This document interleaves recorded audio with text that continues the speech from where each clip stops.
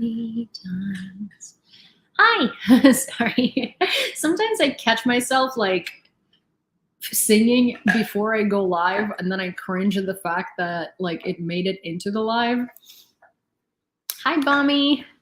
Hi, everybody. Today is a pretty slow news day, but it's like kind of, you know, there is no like major anything. Well, that's a lie, actually. There are some major rumors. There are some major rumors that I'm going to address, but hi, Tammy. How are you? Oh, hi. Kia ora. Hi. Or wait, there is a Maori creator that I found that I follow, and he says Kia ora like that. So maybe that's a writer. Maybe that's the right way to say it. Hi, Eric. Hi, Kathleen. Hello. Hi, Willie. Hi, Anya's or Anjas. Hi, Luann. Привет, Karine. Look at you and your Ukrainian. That you're doing so well. Hi, Cody. Good afternoon. Good afternoon. So I did a new thumbnail today. Hi, England. Hi, Larissa. Oh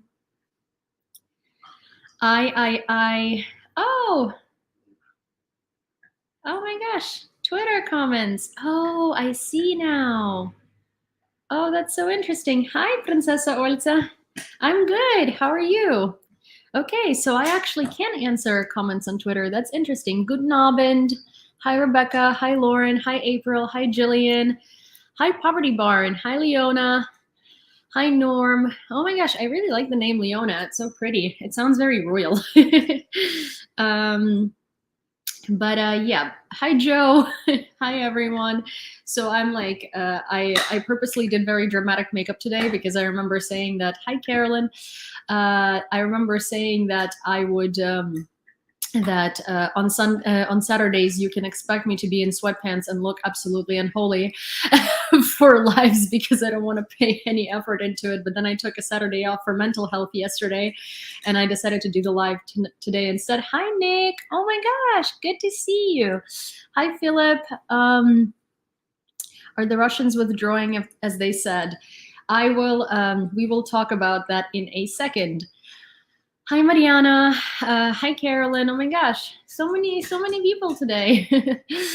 so many people that are here almost all the time at the same time, and it's so nice. Hello, everyone. But so yeah, so I figured today is a Sunday. Yesterday I took a day off, which was uncanny for me. Hi, Nadobot. So many like so many. Grüße aus Deutschland. Hallo. Guten Abend.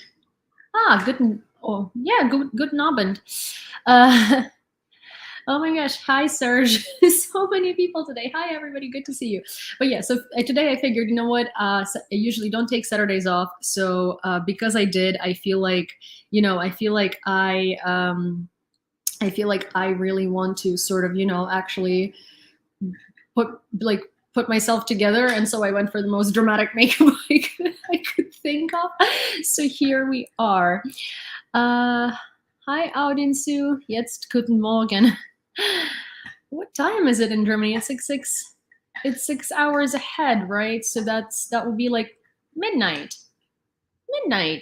That's not guten Morgen yet, or at least not in my book. That's like prime time to go to bed.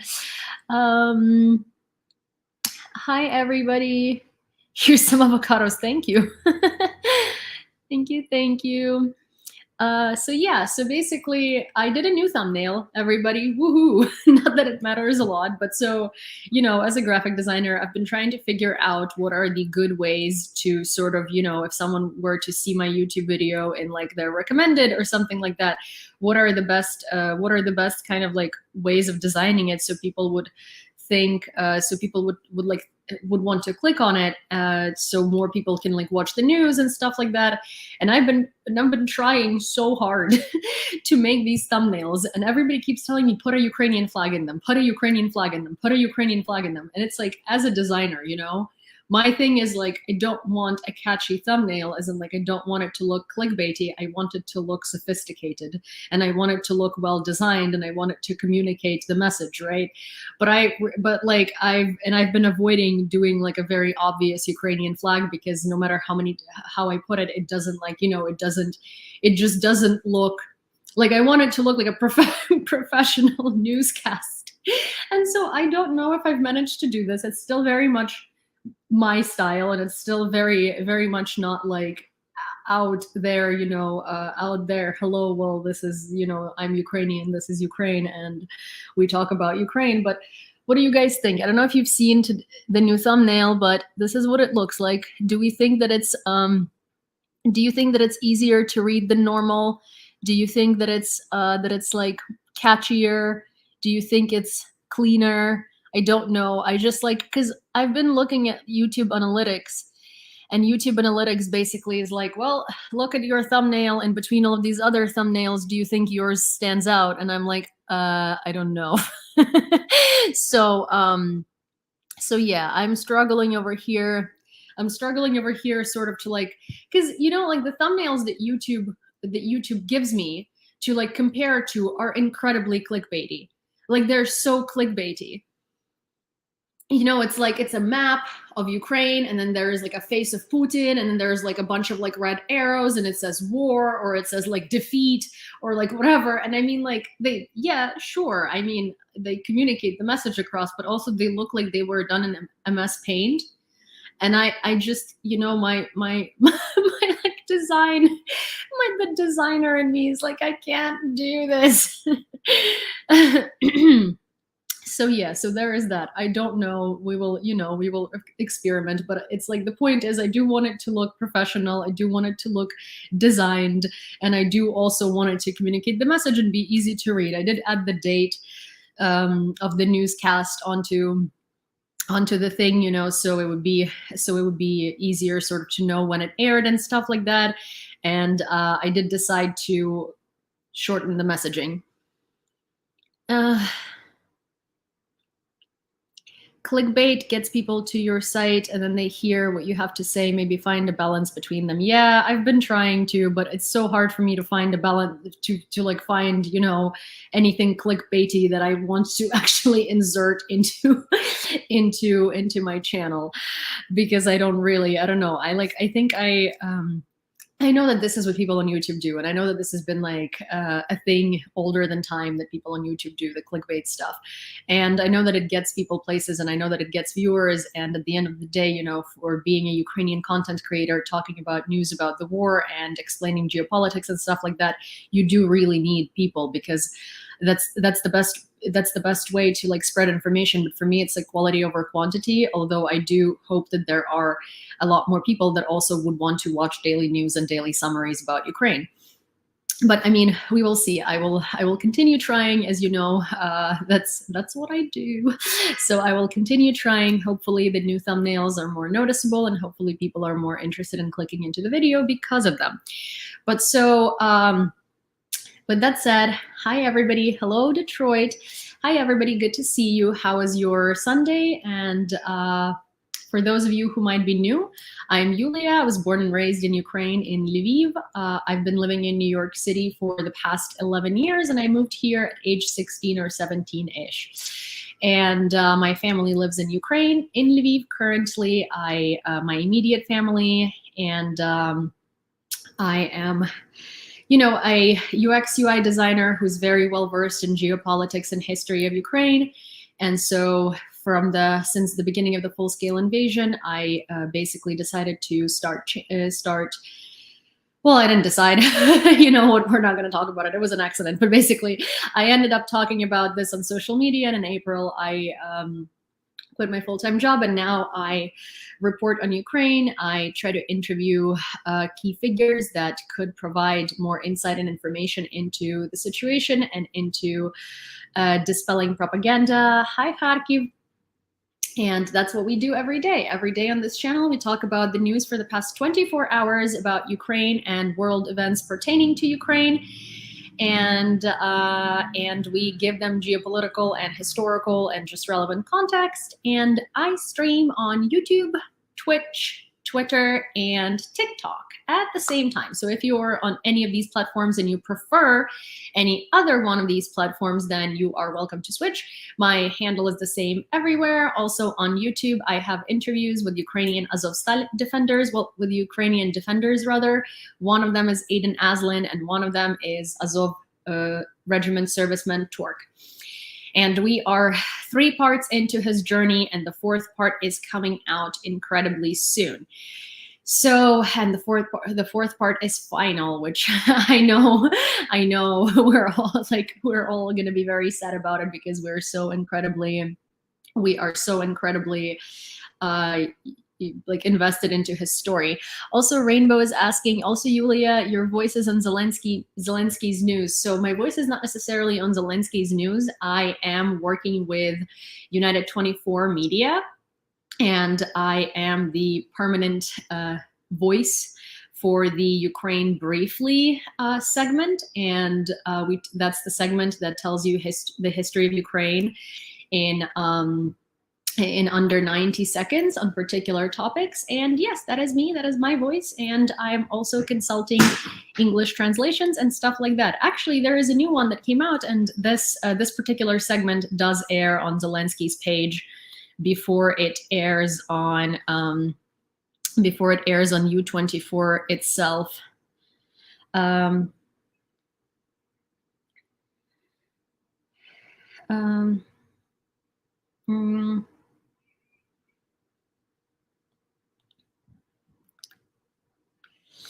One second, sorry, actually responding to Torque.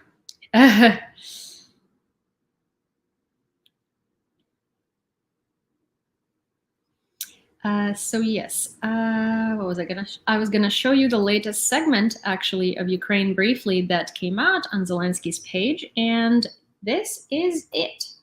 Russian authorities. But what does that mean? Several parliamentary assemblies and national parliaments voted to support the establishment of a tribunal on Russia's aggression. The first international criminal tribunal was the Nuremberg trial over 24 criminals of the Third Reich. 12 were executed. Then the word genocide was first used legally. It set precedent of trial over principal officials for war crimes and crimes against peace for the first time. 2 more tribunals followed in close history to the former Yugoslavian authorities about the wars on the basis of national and religious hatred, and in relation to the genocide in Rwanda. All of them condemned the mass and systematic nature of crimes. Now it's happening again. The president uses nuclear blackmail and denies the existence of a separate Ukrainian nation. The head of the region announces mass murders of Ukrainians. Propagandists call on the burning and drowning of Ukrainian children, and top officials call for the inquisitorial desatanization of Ukraine. It means that what Russian soldiers are doing now is legitimized state terrorism, but all stories of aggressors end with punishment.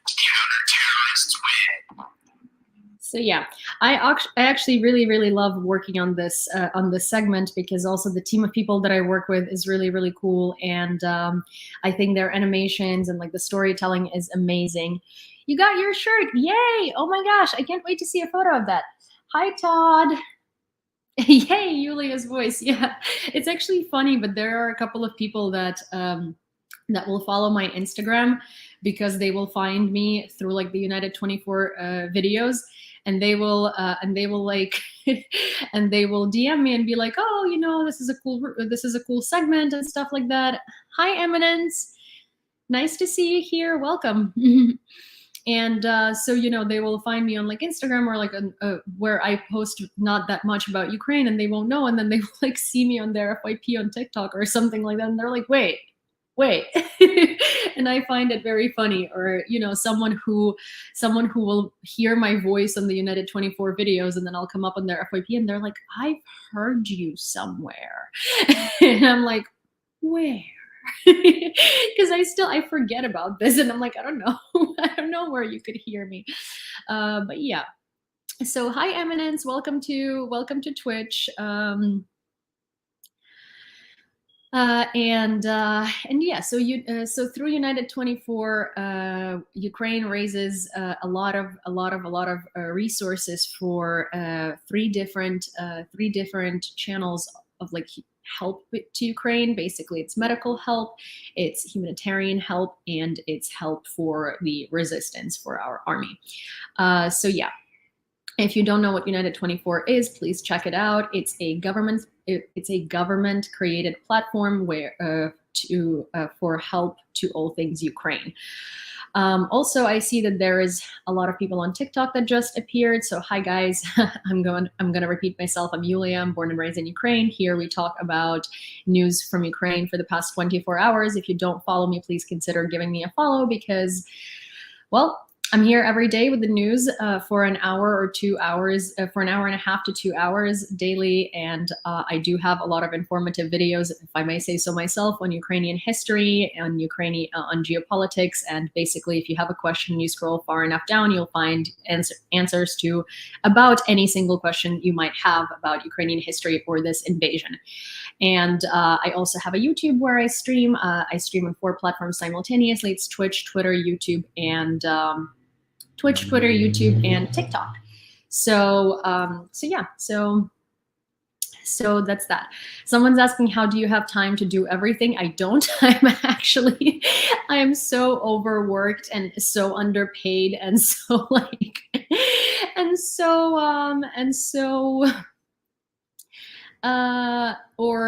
like, I don't know, I don't have time. I really don't have time. I honestly struggle to find time for everything.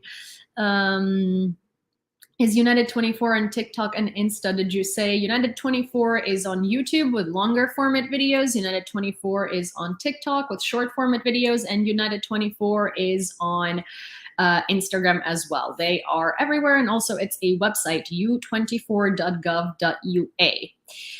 There is that. So let's move on to our thumbnail today. So the information in the thumbnail says that G20 boycotts Lavrov. So as much as we've heard, which you might have heard or might have not, the G20 summit is coming up shortly, and there was a lot of talk of whether Zelensky is gonna attend it, of whether Putin is gonna attend it, of what's gonna happen with that. And basically Zelensky came out with a statement about a week ago, and he said that he's not going to be attending the G20 summit if Putin is going.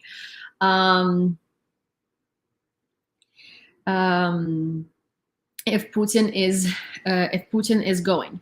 So a little later, Putin said that he is not going to be attending the summit, and he is going to be sending Lavrov, who is a foreign relations minister in Russia. And Zelensky came out with a statement saying that he will be attending the G20, but he will be doing so remotely through video conferencing. And with that, a lot of interesting events started unfolding. So first of all, the UK and the EU agreed to boycott Lavrov, not listen to any of his speeches, basically not talk to him during the G20, and give him a complete cold shoulder. So most of the G20 leaders have agreed to not give him any attention, to not listen to any of his speeches, because they had basically deemed them to be utter and complete BS, to say it in layman's terms and to say it the way it is, and that they're not going to be supporting a genocidal Russian narrative, and they're not going to be listening to a man who spews and amplifies the Russian aggression rhetoric. So that's a very like good development. However, the Indonesian politicians came out and said that they are calling on Europe and on the UK to not do that, and they're calling on them to change their attitude towards Russian officials, because if they do what they said they want to, they are not, at the end of the summit, it's going to be much harder to release a joint statement from the G20, and that, you know, they should probably not completely freeze out Lavrov, not ignore him and not ignore his speeches, and basically be nicer to Russia. Which to that I have a lot to say. I'm going to have a lot to say. First of all, it's interesting that they're concerned about G20 putting out a joint statement at the end of the summit, because Russia should not be in on that statement to begin with. Russia should not be a part of G20 at this point. I don't think Russia qualifies on any extent to be a part of G20 at this point. And also, it really doesn't matter if there is not going to be a joint statement if an aggressor country who's committing a genocide and waging a war of aggression in a different country is going to be part of that joint statement anyway. Second of all, you know, like appeasing Russia just to avoid an uncomfortable moment at the end of the summit is exactly what is kind of exactly what they expect, right? And it's exactly everything that we have been fighting against for the past 8 months, and it's finally something that the world started understanding, like the Europe and the UK and the US started understanding it, and they stopped appeasing Putin. They stopped using stopping the use of vague terms and sort of this like Russian appeasement and Russian apologism and kind of like the rhetoric of saving face and stuff like that. And they've started using very strong terminology, and they've started being incredibly forward with what they actually think. Russia has been called a genocidal state. Russia has been deemed a terrorist state by quite a few countries, especially in the Baltics. Russia has most of the state heads of the European countries and North American countries are very, very clear about what they think of Putin and what they think of this war waged by Russia onto Ukraine. And no one is really trying to act like they have to dance around Putin anymore. And not dancing around Putin is what can help Ukraine win this war, and what can help weaken him, and what can help him feel like he doesn't have the power anymore, right? And I think there is this mistaken belief among a lot of people that if they're going to be forward with Putin, if they're going to say exactly what they think, it's going to trigger him somehow and he's going to escalate. Well, first of all, there is nowhere further to escalate. The nuclear rhetoric is kind of propaganda. Russia also is using the nuclear rhetoric less and less because they understand that using a nuke, whether it's tactical or not tactical, well, not tactical, we're not even thinking about it. Like if you think that they're tacking to use not tactical nukes, but like the big guns, like you must be falling for very, very strong propaganda. But tactical nukes, the use of tactical nukes is really, really not anything that would aid them in any way, because the gains, the territorial gains or the battlefield gains from that are this little, and the response from the world and the damages that Russia would incur are this much. So there is no point in doing that. And so when people say like, oh, escalate, escalate, Ukraine is going to escalate, this is going to escalate, Ukraine is not escalating anything. Ukraine is defending itself. And you're not going to escalate the conflict by being, you're not going to escalate the conflict by being upfront and direct of your response to Russia's aggression. In fact, you're going to show Russia that you are not scared of them. If you are going to dance around them, if you're going to be vague in your terminology, if you're going to be vague in, in what it is actually that you believe about them, that's going to escalate the conflict, because it's going to give them an illusion of power. It's going to give them an illusion. Thank you, Black. It's going to give them an illusion that they're still relevant. It's going to give them an illusion that other countries are still scared of them. And you're going to provide them, like, the biggest weapon that you can give Russia is the illusion of power, because that's what they have been surviving on, and that's what they have been doing for centuries, really. But let's say in modern history for decades, they have been ruling the world based on the perceived illusion of power. And so one of the biggest weapons Russia has is that illusion of power. And so providing Russia continuously with the idea that people are scared of them, providing Russia continuously with the idea that that world leaders are dancing around them, gives them the idea that they still have the power. Strip away the illusion of power, talk to them directly, do not use vague terminology, show them you're not scared of them, show Putin that he's a small fish in a very big sea and that no one buys his act anymore. And that's when you take all of their power away. And so at the G20, to talk to Lavrov, to try and appease him in order to come out with a joint statement at the end of the summit, is exactly what's going to give Russia the illusion that they have the power. is exactly succumbing to what Russia wants you to succumb to, is to dance around them and appease them for X, Y, and Z outcome. And that is the worst mistake that any country can do.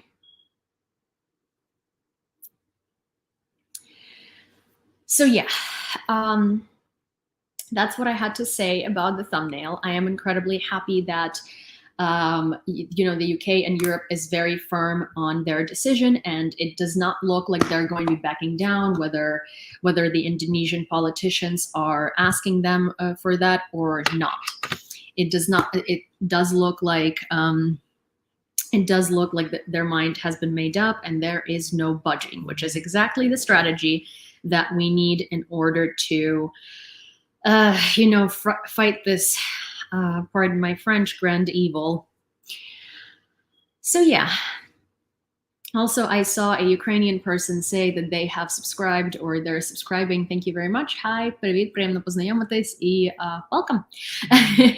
I am always very happy when I see Ukrainians find me on the FYP because I don't know, it's just very nice. I think for the first like 5 months or so of my social media presence, most of the people that followed me were only English-speaking people, which there is nothing wrong with that. I love you guys, but I feel like, I was so disconnected from the Ukrainian world.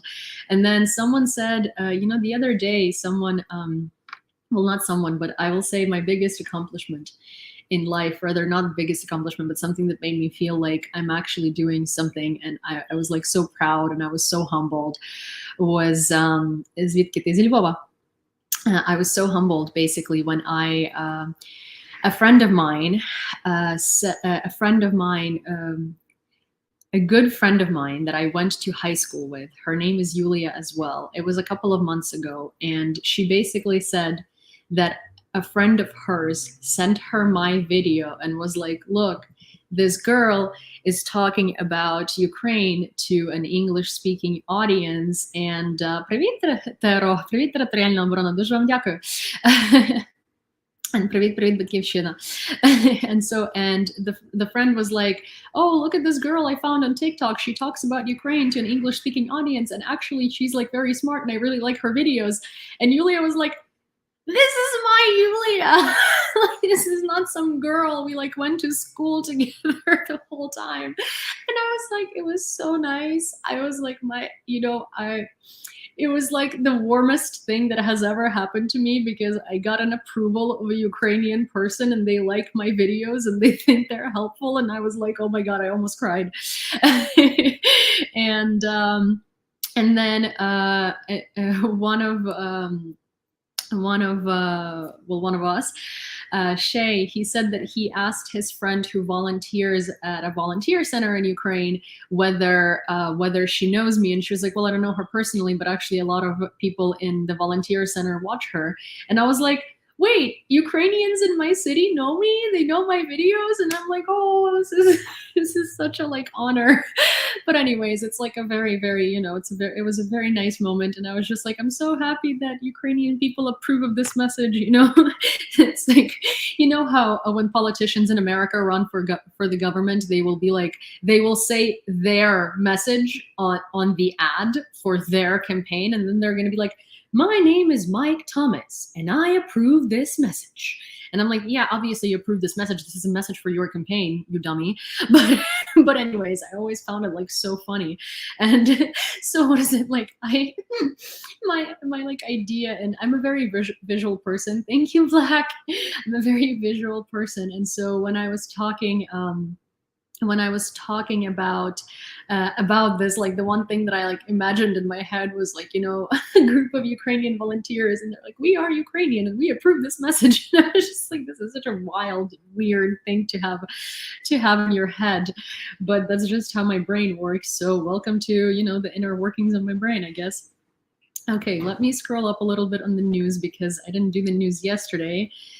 So we're going to cover the things not for the past 24 hours. I'm going to say we're going to cover the things for the last 48 hours, because I would have done that yesterday, really, but but yesterday I was in need of a. Oh my gosh! Thank you, Black Swift. Welcome to the spy layer. Thank you for subscribing. But yeah, so first of all, Banksy did a graffiti in Borodyanka. And Banksy confirmed it. So there was a lot of talk, and a lot of people were trying to figure out if it's him, if it's not him, like what happened there. It kind of looked like Banksy. People were like, wait, but this looks kind of very familiar. What if it was Banksy? People were like, oh my gosh, no, it couldn't be. It's a war zone. He wouldn't be there. How would he be there? And then other people were like, well, it is a war zone, and he is like, he is an artist that makes like loud statements, so it would be him. And like there was just a lot of kind of like chit chat around it. And so Banksy himself came out on his Instagram and was like, graffiti in Borodyanka. This is me. Hello. So he confirmed it, and this is the graffiti that he did in Ukraine. And I'm very curious to see how far this graffiti is going to go and what's going to happen with it, because Banksy's artwork is known to have served as like a tool for underprivileged communities to kind of sell it and to do like certain things with it that could fundraise, that could bring money into the community. And so I'm thinking that obviously this was his way of donating to Ukraine, right? And this was his way of helping us, and this was his way of bringing up the buzz and stuff like that. And so I'm very curious to see. What's going to happen with that. I'm from Lviv. So yeah, then we're going to move on to U.S. Secretary of State Antony Blinken does not plan any interaction with Russian Foreign Minister Sergey Lavrov, who will lead the Russian delegation at the G20 summit in Indonesia. This was stated at a briefing by the U.S. State Department spokesman Ned Price. So here's what I meant, these like loud statements, these very matter-of-fact statements that are not vague, are incredibly important, because it's not Anthony Blinken just saying like, oh yeah, I'm not planning on like talking to him. It is quite actually like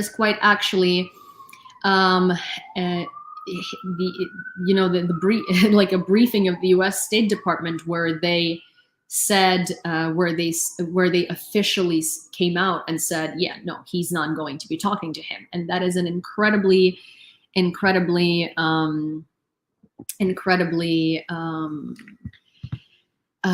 an incredibly important statement to make. And I don't even mean statement in like a verbal meaning of it. I mean statement in a, in sort of like, this is the way someone makes a statement. They make a statement against Russia and against Russian aggression. Also, someone says, could you talk about the impact of the war on global food crisis? Yes, we do have a question and answer / discussion session after the news.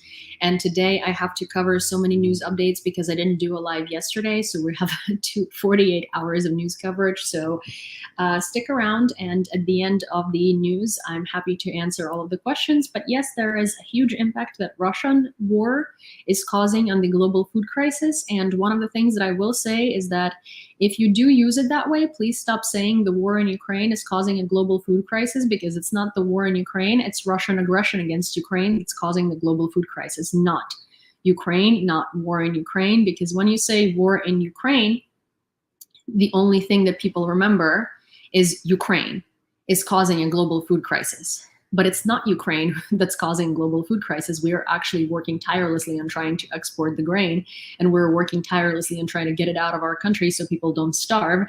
Also, Ukraine is a breadbasket of Europe, and this year alone donated against the fact that we are at war, that there is a genocide against us, and we have donated tons and tons of grain. I just don't want to say a specific number because I don't remember it, so I don't want to lie to you, but it was an incredible amount of grain that we donated to the world's communities that are starving and that have a food crisis going on for a while.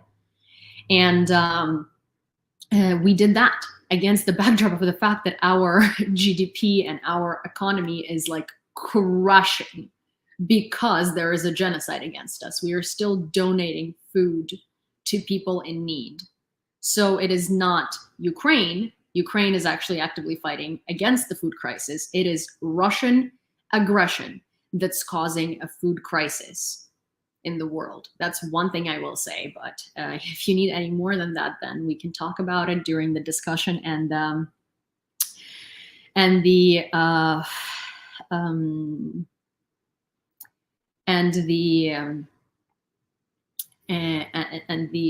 during the Q&A session. And also someone said, donate it to your European friends, not the poor countries. No, actually it wasn't donated to the European friends. It was specifically donated to the countries that are struggling. So check your facts, don't spread propaganda.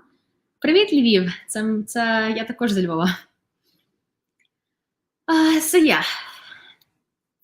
Oh my gosh, you're Ukrainian. Hi. Вам дякую, хлопці.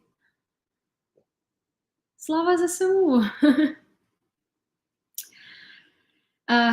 So here is a little excerpt of how Russian TV reacts to the decision of the top Russian military leadership to retreat from Kherson. And this is a minute-long video, so you know what that means. I'm going to upload it and I'm going to play it for you full screen on YouTube. And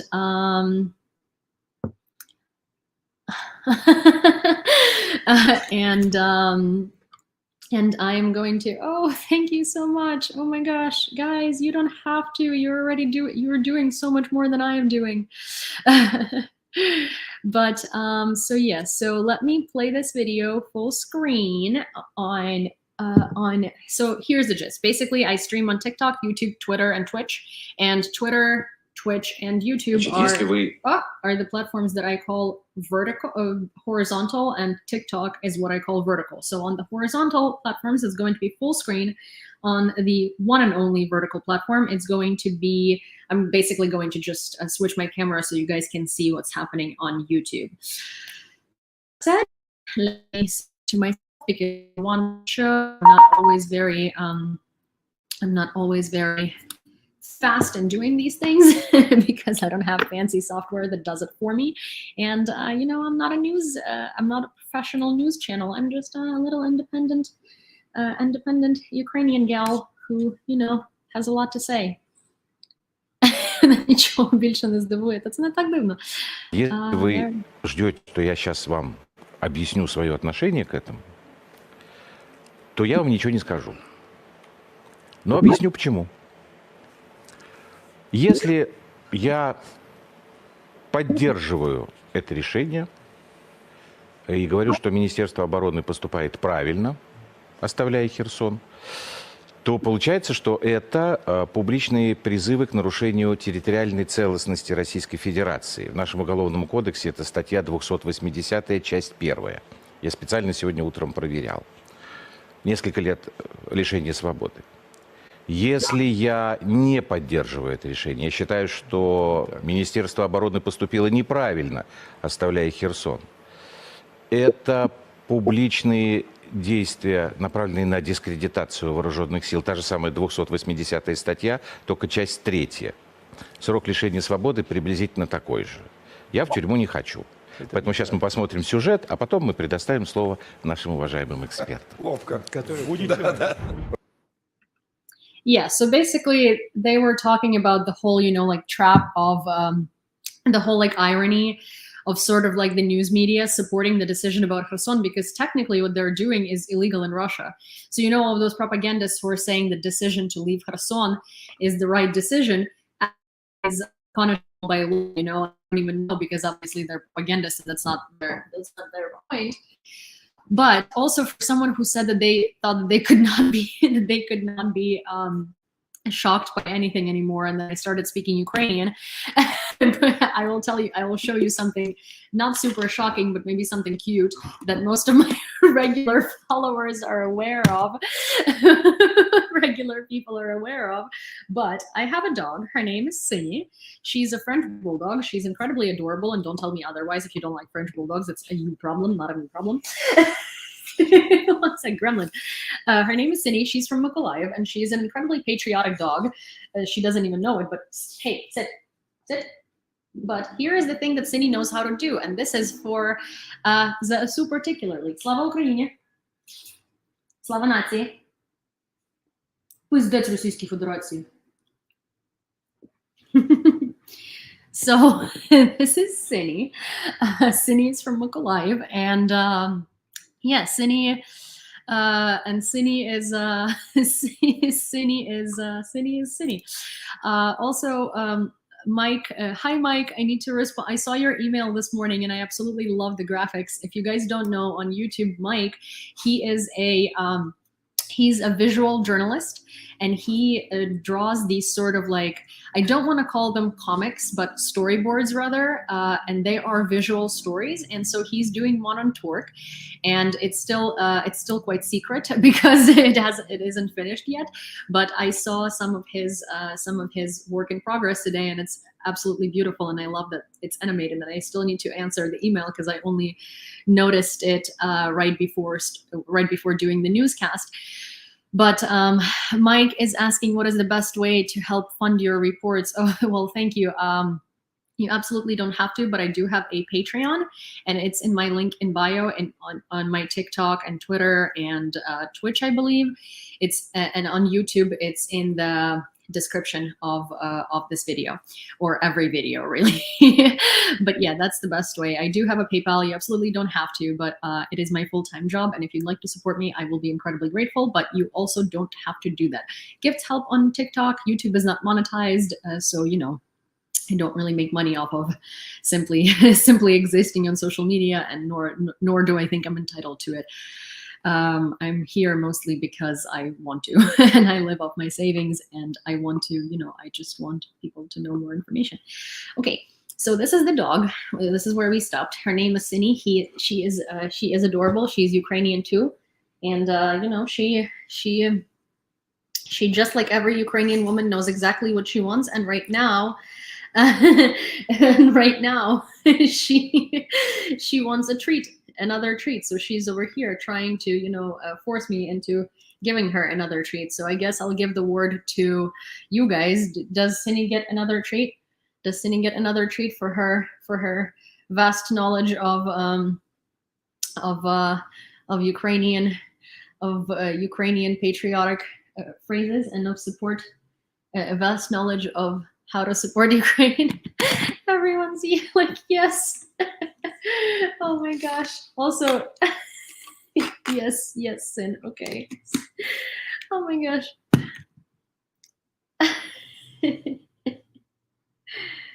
Okay. Sini's like, I'm not waiting for this. You owe this to me. But yeah, so this is what it is. Forces of the Azov unit of the Armed Forces of Ukraine are advancing in Kherson region. Oh my God. Thank you. That's so pretty. But also, genuinely, you guys, if you're in the Armed Forces of Ukraine, we should be supporting you, not vice versa. Does Sini get another treat? Oh my gosh, Sini can't have another treat, but you just, she heard you. Or rather, she heard me. Well, but so where was I with this? Forces of the Azov unit of the Armed Forces of Ukraine, which, again, if you're new here and if you know who Torque is the serviceman of the National Guard of Ukraine, and he is in the unit Azov, in the regiment Azov. He is a Mariupol native who was born and raised there. He went through the defense of Mariupol. He went through Azovstal. He went through Russian captivity. He went through hell. And he was exchanged back in July, and now he's in recovery for his tremendous leg injury. And Turk is also a friend now. At least I consider him a friend, but he was very incredibly sweet to give me a 4-hour-long interview about everything, really. The first part is dispelling Russian propaganda about Azov. The second part is what had happened in Mariupol and Azovstal, and how he got from Mariupol to Azovstal, and what was happening, how Russians were attacking, the crazy shelling, everything, really. And the third part is life in the bunker of Azovstal and a teensy little bit of Russian captivity. And the fourth part is going to be the final one. It is going to be about Russian captivity and about a couple of things that I'll leave as a surprise, but he will be addressing Russians that might have watched this video. So if you're interested, I have these videos, the 3 parts of the interview with Turk on my YouTube channel, which is the same as the handle on TikTok and is the handle everywhere. Those videos are released in 2 formats. They're released in the language of the original, and they're also released with English voiceover. So not subtitles, but voiceover. And the one in the original language, however, I do have to warn Ukrainians that it is in Russian, because Turk is from Mariupol and he does speak Russian. Now, before anybody criticizes anything, one of the things that I do want to say is, one of the most disgusting things I've heard people do is criticize the defenders of Ukraine for the language they choose to speak. Because yes, they all understand that they should be switching to Ukrainian. All of their official communication is done in Ukrainian. All of their social media channels are also in Ukrainian, and so is Turk's. And Turk is very well versed in Ukrainian. He's really trying. His personal TikTok and all of his social media is in Ukrainian. But before starting this interview, there was a question that I posed, and I asked him which language does he feel most comfortable in currently speaking and thinking. And he said Russian, although he insisted that if it's more comfortable for me, which it is, to speak Ukrainian, he would. But I made an executive decision that I'm more interested in the world hearing his story and in the world hearing what he says and him being able to express himself freely than in making a statement. So I think that we all should be switching from Russian to Ukrainian with time, in due time, not forcefully, in due time, with our own understanding. And I think that most of our country does understand the importance and significance of it. But here is the thing. We as Ukrainians who are not on the front lines, who are not protecting our country physically, our fight against colonization is a cultural fight, is an informational fight. And yeah, we have no excuse to not speak Ukrainian. We have no excuse to not switch from Russian to Ukrainian. We as Ukrainians, most of us, all of us, at least understand, read, and write Ukrainian if we don't speak it in daily life. But the people who are on the front lines, they're physically fighting against colonization. They are doing their fight. They are doing their part. And when I see Ukrainian people going on channels of my fellow Ukrainian people, when I see my fellow Ukrainians going on channels, whether it be TikTok or Instagram or something else, of Ukrainian defenders who speak Russian and telling them why not Ukrainian and criticizing them for speaking Russian, the one thing I want to say is, how dare you? Because I fully, again, and everybody who's watched me for a very long time fully understands exactly how forward and how important it is for me to speak Ukrainian. It knows exactly my stance on the fact that we should all be switching to Ukrainian. I think that we are all going to come to it as a country in, I don't think it's going to take a long time. But when I see people criticizing guys and girls who are sacrificing literally their bodies and their lives for us, and I see them being criticized for still speaking Russian, it's like, well, I think on the front line, when you are trying to protect your country, your people, and you, so you can write that, you really don't have time to be learning Ukrainian or to be switching. You have a little bit of a bigger fish to fry. So I would say, please be mindful and please be respectful. We're all in this together. We're all on the same side. We're all Ukrainians, whether we're Russian speaking or Ukrainian speaking, it doesn't matter.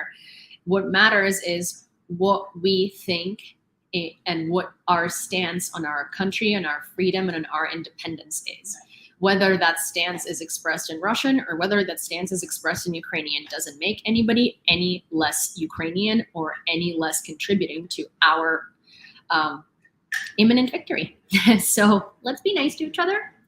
And with that said, forces of the Azov unit of the Armed Forces of Ukraine are advancing in Kherson. And I have a video to show you on that matter.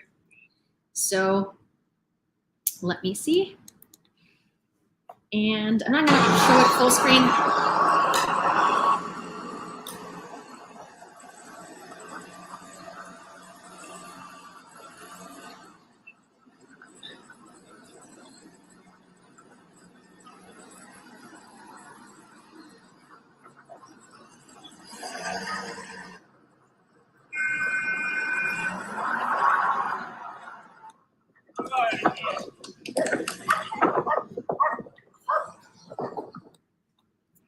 Привіт! This is how Khersonians are greeting the armed forces of Ukraine, and I, for one, think it's beautiful. The kids are saying, "We were waiting for you."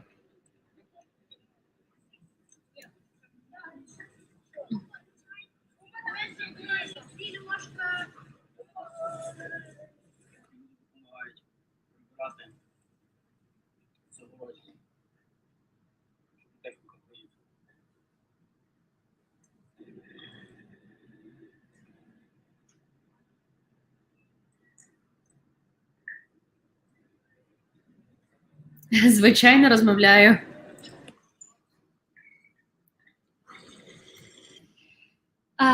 So, one of the things that I do want to... Щоб вночі всі перемикаються на українську, це моцний маркер своїх. Це дуже круто. Yeah, see, like, I do think that language is a powerful thing. And so there is Black Swift is a serviceman of the Armed Forces of Ukraine. He says that his unit switches to Ukrainian at night because it's a big marker of your own, especially, you know, if you can't see the uniform they're wearing, if you can't see their armband, then it's, you know, it's important to speak Ukrainian because that way you know who the enemy is and who is your own. And that is for 100%, you know, like one of the biggest tools that we have as Ukrainians is our language. We have a language that's our own, that's unique, and that the language that the enemy wants to say that they understand, and they want to say that it's so similar, yet it is not. It is 62% grammatically and syntactically similar, and most Russians can't understand Ukrainian for the life of them, right? But it's an incredible tool, and I think that we as Ukrainians should use that tool and should embrace that tool because that's our, it's, you know, it's our language, it's our own code, right? It's our own cipher, so to speak. But at the same time, while, you know, it's incredibly useful as well on the front lines, because it definitely does help differentiate your own from the enemy. I also, my whole point was that, you know, I don't want to criticize our defenders for the language they choose to speak while they're literally defending us, so we are able to go on their Instagram and say, why are you speaking Russian? Like, you know, do you see the irony here? It's like, that's not why. That's not why. They're fighting for our freedom. They're fighting for my parents, for your parents, for my friend, for your friend, for me, for you. Not so your ungrateful ass can go on their Instagram and say, why are you not speaking Ukrainian? Like, so you could ask. It's literally, so you could ask. So you would have an ability to sit there with light and electricity, with internet, and ask that question. But yeah, so, Ukraine is creating the world's first special maritime fleet consisting of 100 maritime drones. Ukrainians are urged to donate, and one day it is necessary to raise funds for 10 unmanned surface vehicles using the United 24 platform. And I'm going to, as always, demonstrate you the video from United 24 that actually shows what a maritime fleet is, a maritime drone fleet is, and I think it's a really cool thing. And you guys, of course, always, because we are very much known for supporting each other and for doing our best to get everything our defenders need to them in the shortest amount of time possible. So that money was raised in no time, and now I'm going to show you what a maritime fleet looks like. Ніби урок англійської, та я ж правильно. Дякую. Я нічого не вчу в плані англійської мови, я навпаки вчу в плані України. Okay, so let me show you. Also, I personally, I love United 24 because I work with them on history videos.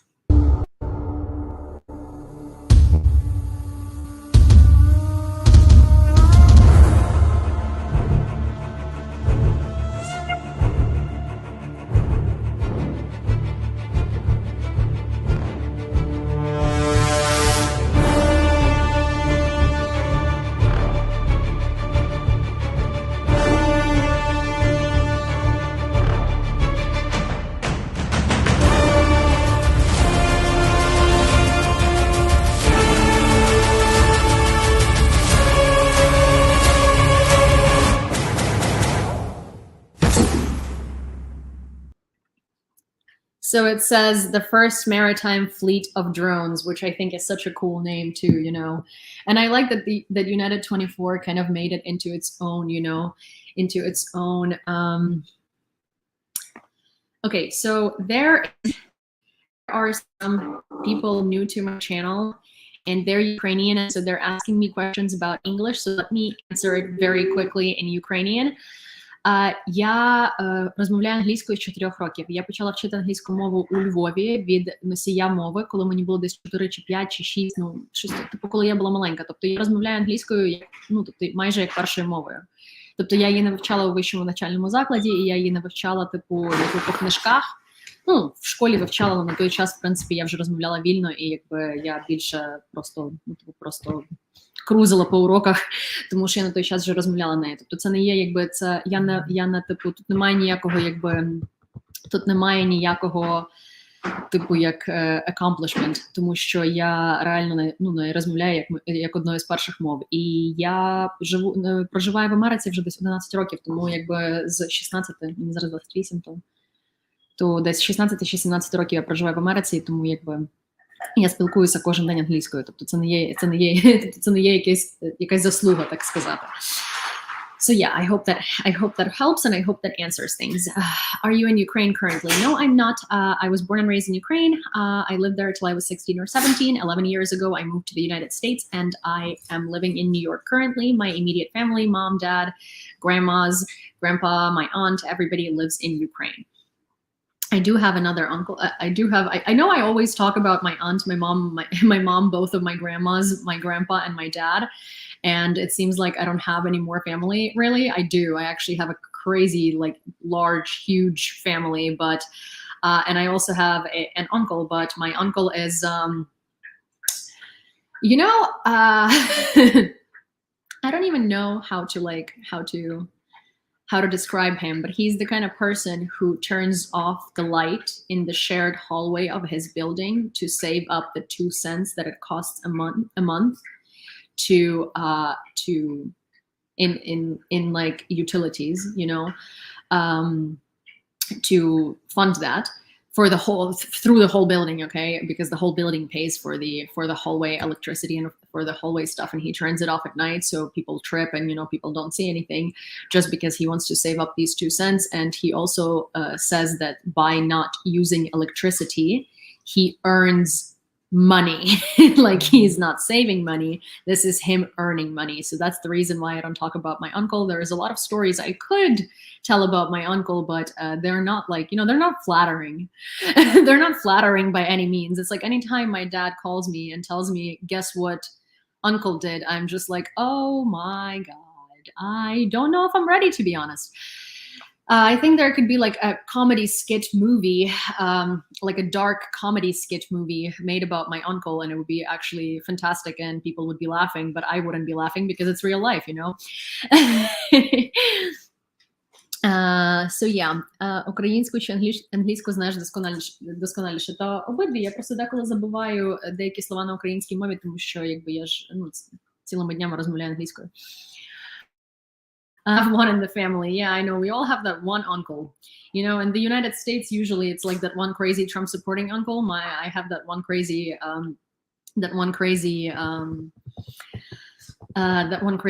just incredibly insane uncle. Cindy, hey, stop eating.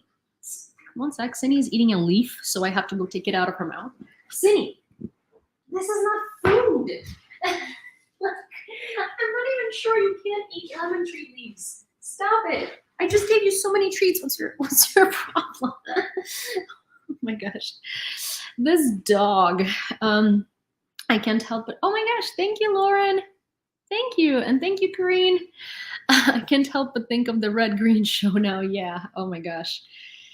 French President Emmanuel Macron congratulated Ukrainians on the return of Kherson. He wrote his tweet in Ukrainian and French. So I will try, for those of you who speak French, and don't criticize me because I know I don't speak French, but I'm going to try and read it in the language of the original. There is no English here, so I'm going to then try and translate the Ukrainian tweet to you. But je salue le retour de Kherson à l'Ukraine, un pas important vers le plan rétablissement de ses droits souverains.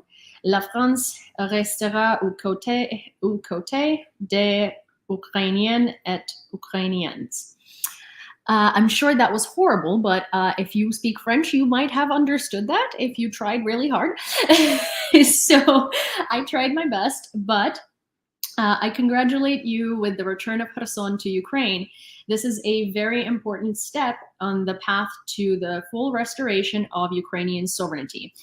France will continue supporting Ukrainians and Ukrainian men and Ukrainian women. So there is that. Hello, my little only link to Frenchness that I have in my life. Well, hello, French bulldog. Are you gonna learn how to bark in French anytime soon? To date, the armed forces have liberated more than 3,000 square kilometers in the south of the country, according to Natalia Humaniuk. In some places, some Russian troops remain partially in these territories. They are being liquidated. The Netherlands will provide Ukraine with additional 110 million of assistance. The funds will be used for housing for Ukrainians, repair of water supply systems and energy networks, purchase of gas, food, and electricity. A torture chamber was found in the liberated Snihurivka and Mykolaiv region. Russians set it up in the building of the police department. Now it is completely destroyed. Героям слава! Boa noite. Or bom dia. So yeah, this is what a torture chamber looks like. And, you know, I've said this a million times. One of the worst parts of liberating territories is that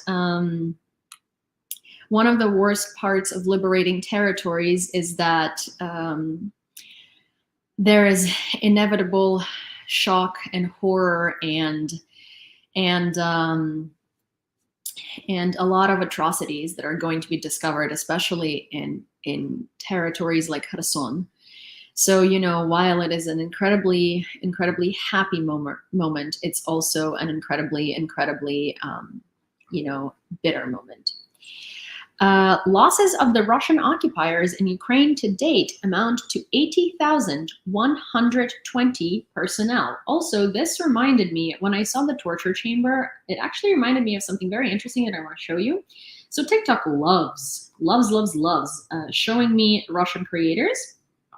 loves, loves, loves. No matter how many times I press not interested, no matter how many of them I block, I consistently keep getting Russian creators in my FYP, especially if I'm like doom scrolling at 1 in the morning or 2 in the morning when it's like bright morning in Russia, you know, or in like when it's morning in Russia and Ukraine, for some reason, like half of my FYP is Ukrainians, which thank you, that's what I want to see. And then half of my FYP is Russians. And I'm just like, that I don't understand. I do not understand how you think this is the same thing. But anyway, so I saw this kid whose bio said something like, I want to be popular, please follow me. And so he is sitting there, he was like playing some music and like telling people which music he was playing. And I think it was like, Extentation. So one of the things that I do want to point out, so this kid has a computer, he has internet, right? He has a computer, he has internet, and he definitely has like the ability to either pirate music or buy music or whatever because he was listening to it, right? But what stood out to me in this video is look at the place where he lives. So look, this is him. He's just nothing strange here. He's just sitting over there in like his room or living room or whatever it is, provided that there is a couch behind him. I think it's the living room, and he probably lives in a 1-bedroom where his parents are in the bedroom and he lives in the living room. But look at the walls. So this is like either wallpaper or wall paint that's quite literally crumbling. And it's like in a city where he has electricity, right? Because he's able to go online. He has internet because again, he's able to go online. Cindy, stop it. No, you're not eating plants. Get away from there. And it's in a city where there is civilization, right? And this is the state of the walls in his apartment. Welcome to Russia, everybody. And then another thing that really, really kind of stood out to me was this lovely crackling ceiling over here. If that wasn't enough for you, this is the lovely crackling ceiling. I thought for a second that maybe this is like a curtain rod, but it doesn't look like a curtain rod because that's just a gap between the ceiling and the wall. So yeah, and yeah, this is a fantastic. I just read French on live for a second, and apparently it wasn't horrible. My roommate is French. Actually, Emmy, Macron released a tweet, and I'm actually curious to hear what that was supposed to sound like. Could I ask you to read this? This? Out loud. Quoi? Out loud. Je salue le retour de Kherson à l'Ukraine. Un pas important vers le plein rétablissement de ses droits souverains. La France restera aux côtés des Ukrainiennes et Ukrainiens. Okay. Okay, thank you. Yeah, I just wanted to hear what that actually is supposed to sound like versus what I thought it sounds like. Yeah, I could never read it that fast. But thank you. So yeah, this is my roommate Emmy and her beautiful French narration. But yeah, so Russian newspaper Izvestia published a video of the bridge explosion at the Kakhovka hydroelectric power plant. According to the satellite imagery from Maxar, the Russians collapsed 3 spans of the bridge. So I am going to show it full screen. I do think it's an important thing to show. I recently found out that I guess YouTube might think that explosions and stuff like that is violence, but I want to point out that on this video, there is no depiction of any live. No one was harmed in the making of this video. It is literally a concrete bridge blowing up. That's about it. There is no human casualties. There is no living creature casualties. There is no casualties. It's a hydroelectric station bridge being blown up. You know, sometimes you could see a video of demolition of a bridge on YouTube, and it's the same, and it doesn't get flagged. So I would like to point out that this is basically an unwanted demolition of a bridge.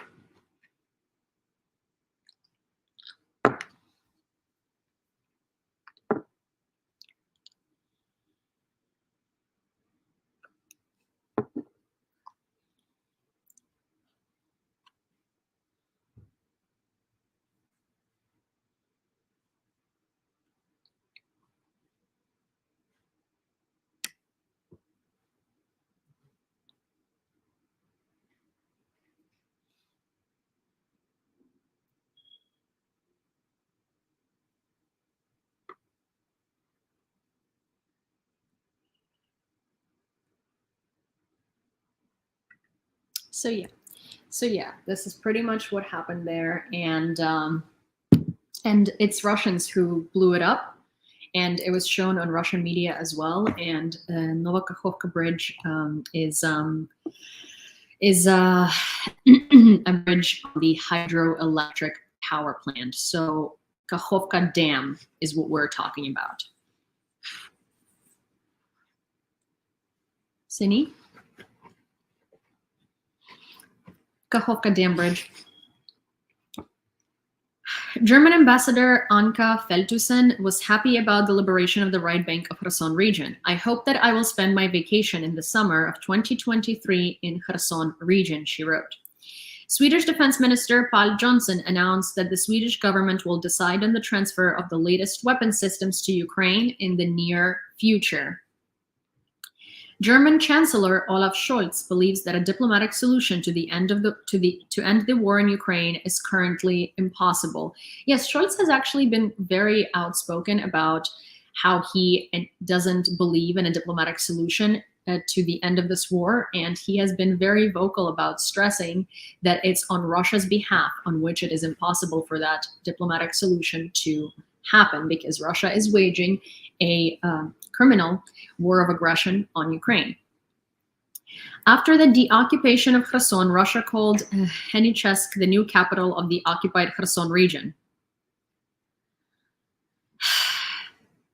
Yeah, because, you know, they weren't able to get Kherson, which is the capital of Kherson region, so they just decided to assign a random capital to Kherson to make it look like everything is still fine. You know, we own Kherson. Kherson is a place in Mother Russia, and it's all fine. So we're just gonna assign it the new capital. We didn't want Kherson anyway. You know, we didn't want it.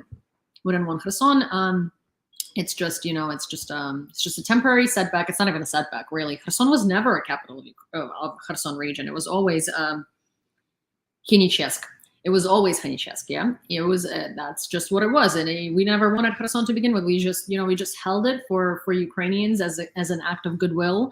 You know, we just looked after it for Ukrainians. Yeah, that's what we Russians do. We're such generous people. Not we Russians, them Russians, not Russian, Ukrainian. Anyways. Russia has banned the passage of ships loaded outside Russia through the Kerch Strait to the Sea of Azov, further perpetuating world hunger. Russia's retreat from Kherson marks another strategic failure for Moscow. British Defense Secretary Ben Wallace said in February, Russia failed to take any of its major targets except Kherson. Now that it has also fallen, ordinary Russians must ask themselves, why was all this necessary? Said in a statement. Also, I want to do a brief pause and say, hi, my name is Yulia. I was born and raised in Lviv, Ukraine. I lived there until I was 16 or 17 years old. And for the past 11 years now I'm 28. I know, hard to believe, because I look so good. I'm kidding. I've been living in New York City in the United States, and I do streams every day. For an hour and a half or two, and we go over the news for the past 24 hours that happened in Ukraine or in the world pertaining to Ukraine, and we dissect them from geopolitical, historical, and other standpoints in order to give them relevancy and in order to kind of make them more comprehensible and more relatable, right?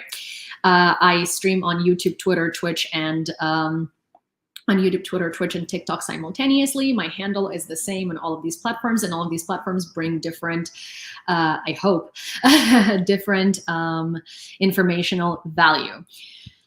So what I do want to say is, hi, I see there are a lot of Ukrainians here, and I'm going to be making a new series of videos on YouTube, and I'm going to call them bleep that Russians say to me.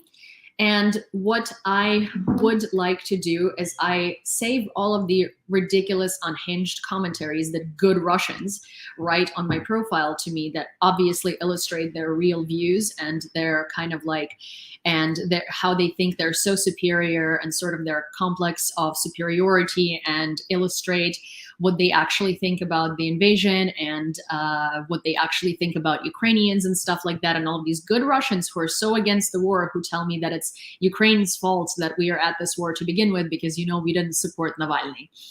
and ridiculous farce like that. So what I want to ask you, if you're Ukrainian and you're on Instagram or you're on Twitter, if you could DM me your stories of what Russians have said to you, I would like to make them public anonymously.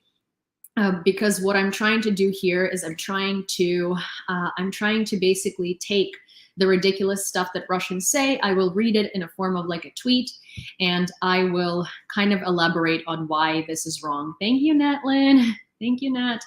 And if you are interested, if you are Ukrainian and you have gotten some ridiculous stuff that Russians or even foreigners told you about being Ukrainian or about this invasion, please DM me with like screenshots or DM me with your stories, and I will read them anonymously, or if you choose so, then not anonymously in these videos, because I think it's so incredibly important in lieu of all of these documentaries about poor good Russians who speak out against the government while sitting in like Lithuania or I don't know, Rome or London or I don't know, like somewhere in Lisbon, and they're like, I'm gonna get in so much trouble for this, but I'm gonna get in so much trouble for this, but I'm just so against the war.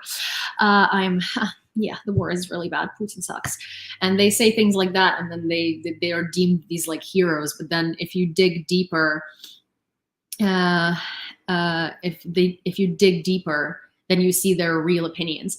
Also, Dan is asking, DM here too is good. Well, I'll follow you and then you'll be able to DM me. So yes, it's good.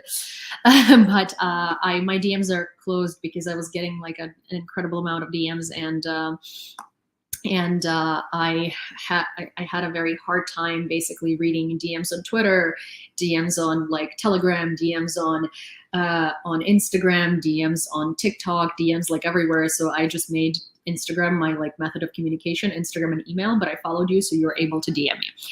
And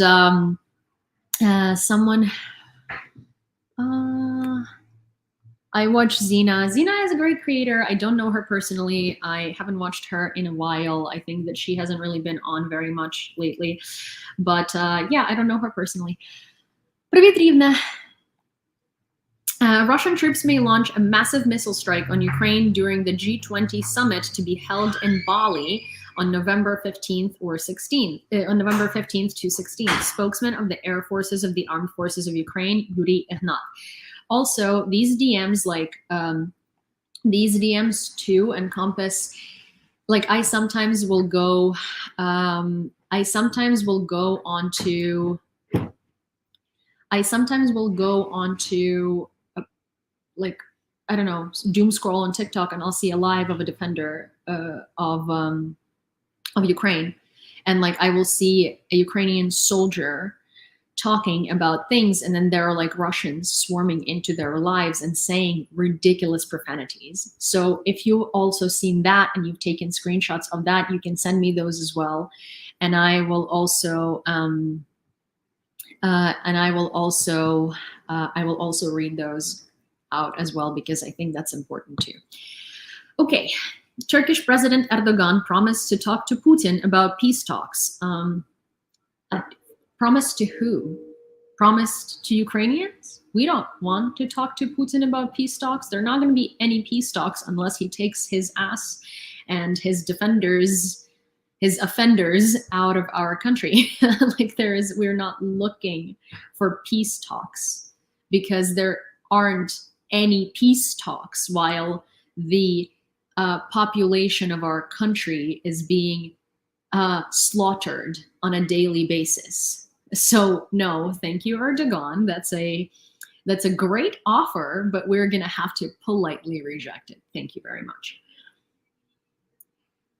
So there is a grandma that collected ammunition for our soldiers, and I want to show it to you because this just shows Ukrainian spirit. Бабулечка, бабулечка, бабуля нас обирала. Фоткай нас, снимай. Дивись, як кричають нас на землі. Все, бабуля, все. Завтра будем ехать, мы вам еды привезем. Я вам честно говорю. Привезем еды, я вам честно говорю. So basically, the gist of this video is this woman lived in the occupied territory, and while she lived in occupation, she's collected ammunition from Russians, like stole it. And he says, look at what she's greeting us with. So Ukrainian defenders came on our native land, right? And so the Ukrainian defenders came, and this lady came out and was like, here, I've been keeping this for you. And this man is like, oh my gosh, like, listen, I promise you, I'm gonna bring you so much food tomorrow. I'm gonna bring you food tomorrow. He's like, everything is gonna be okay. And honestly, like, I know that we've seen these things. I know we've seen these acts of like incredible bravery from Ukrainian people, right? But every time I see things like that, it's like, my love for Ukraine is renewed once again, because this woman has to be like in her late 80s. And she was living in occupation, which is already incredibly dangerous. Like, there are so many things that you need to think about in occupation before you think about stealing ammo from Russian soldiers. Especially, you could tell that it's hard for her to walk and stuff like that. And she put herself in so much danger by literally being like, oh yeah, I'm just a grandma, there's nothing to be scared of here. I pose no danger to you. Like, Ukrainian people, guys. Oh my God. Also, more photos from the liberated Kherson and from the joy of Khersonians for the armed forces of Ukraine entering the city. There we go.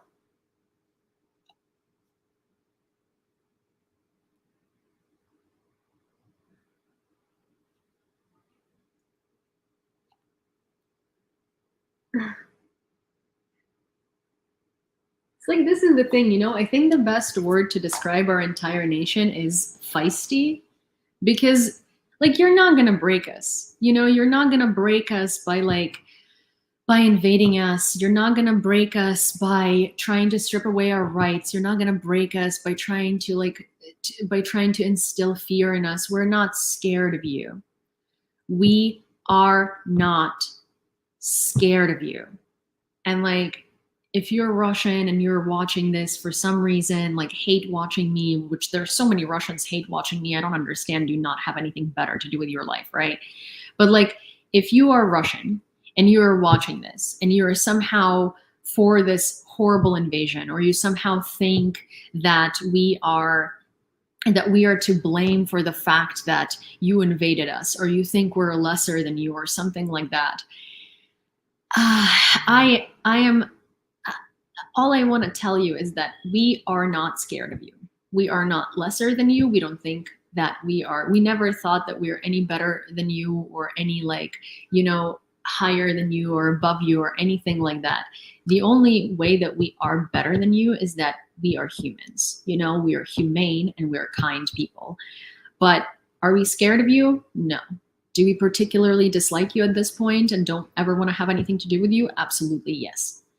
But, the other day I was on the train in New York City, and there was this man, and for some reason, like, no matter how much I wasn't like interested in communicating with him, because he was like just one of the people who, like, you will get on the subway and there's one annoying guy who's just like, who wants to talk to you, and you're over there and you're like little headphones, which I was wearing blue and yellow headphones too, so I don't know how he didn't guess, but hear me out. And I was just kind of like with my dog. I wasn't interested in talking to anybody. I like have 2 bags of groceries. I'm just trying to get home and eat. And this man is just like trying to talk to me. And he's like trying to tell me some things about my dog that I'm like not interested in hearing. And so he goes onto this like thing and he's like, are you Irish? And I'm like, no. And he starts listing all of the European countries he can think of to figure out where I'm from, right? I'm sitting there, mind you, literally with a dog whose leash is blue and a collar is yellow. I'm sitting there with headphones that are very avidly blue and yellow, right?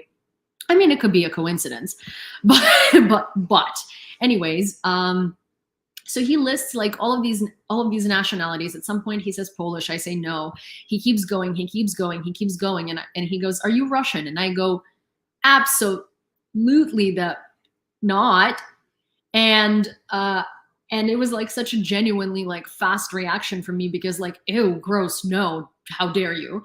And he goes like, oh, so maybe Welsh then. And he continues listing countries that are like so far away from anywhere that I am from. And I'm just like, hey man, I think my reaction to you asking me whether I'm Russian really gave away to you where I'm actually from. And he's like, oh, Ukraine then. Oh, Ukraine used to be a part of Russia, and now you guys are really showing it to them. And I'm like, I'm sorry. Ukraine was what? Said Ukraine was invaded by the Russian Empire. Ukraine was forced into the Soviet Union. Ukraine has suffered a lot from Russia, but never in our history were we ever a part of Russia and now standing up to them. Like, do you understand that it's an oxymoron to say Ukraine, so sovereign country, was a part of another country? It's an oxymoron. It doesn't work that way. Right? So you're naming Ukraine a country, and you're showing that there is a nation of Ukrainians, right? And you're like, oh, but you were a part of Russia. Like, how were we a part of Russia? We're a whole different country with a whole different culture and with a whole different people, and you just admitted to it, right? And yet you say you were a part of Russia. It's like, you can't say like, oh, Belgium has always existed, or like, I don't know, well, that's not a great example. Like, let's say Germany has always existed, and there are Germans with German culture and German traditions, but Germany was a part of France. That makes no sense, right? Because it's a separate country. So even like if it was a part of something, then it was like invaded, right? So yeah, so that was incredibly annoying. And I get these things so often, and I am so tired. And yeah, and I really, yes, so this is a very good thing. He was conflating Russia with the USSR. Yeah, a lot of people conflate Russia with the USSR. USSR was supposed to be a union of free countries. It wasn't. It was literally Russia terrorizing and colonizing other countries. But by no means was Ukraine part of Russia. Ukraine was one of the sovereign countries within the Soviet Union. Not because we wanted to, we were forced to, but that's another story for another day. Anyways, I want to show you this. It's a British journalist from the Sky News in the outskirts of Kherson recorded how the locals meet the Ukrainian armed forces for the second day. And I'm going to tell you, I laughed so much in this video, not because like it's a bad video or something like that. Oh, hi, Max. Not because it's a bad video or anything like that. I'm so happy about Kherson. Basically, it's this like super unqualified dude to be in this position because he doesn't speak neither Russian nor Ukrainian, right? He speaks like very little of it. It looks so awkward. Like, you know how Trump supporters and like tankies and conspiracy theorists love to come to my channel and say, you are spewing NATO propaganda. This is Western propaganda. So this video to me, it's like if I imagine somebody making Western propaganda, this is what it would look like, because this looks like a low budget. This looks like low budget Russian propaganda, but unfortunately or fortunately, this is an actual video of the just liberated Kherson in this like super awkward situation where this Western journalist who doesn't speak a lick of our language comes in and tries to like explain to the British audience what's happening. Meanwhile, the people are telling him what's happening and he doesn't understand any of it. But this is absolutely incredible. We're on the outskirts of Kherson now. We're being given a military escort.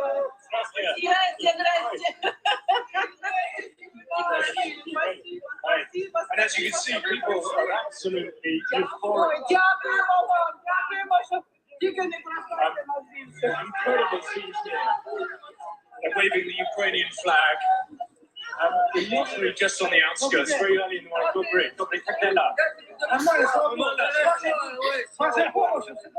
Okay. Британский телевидение.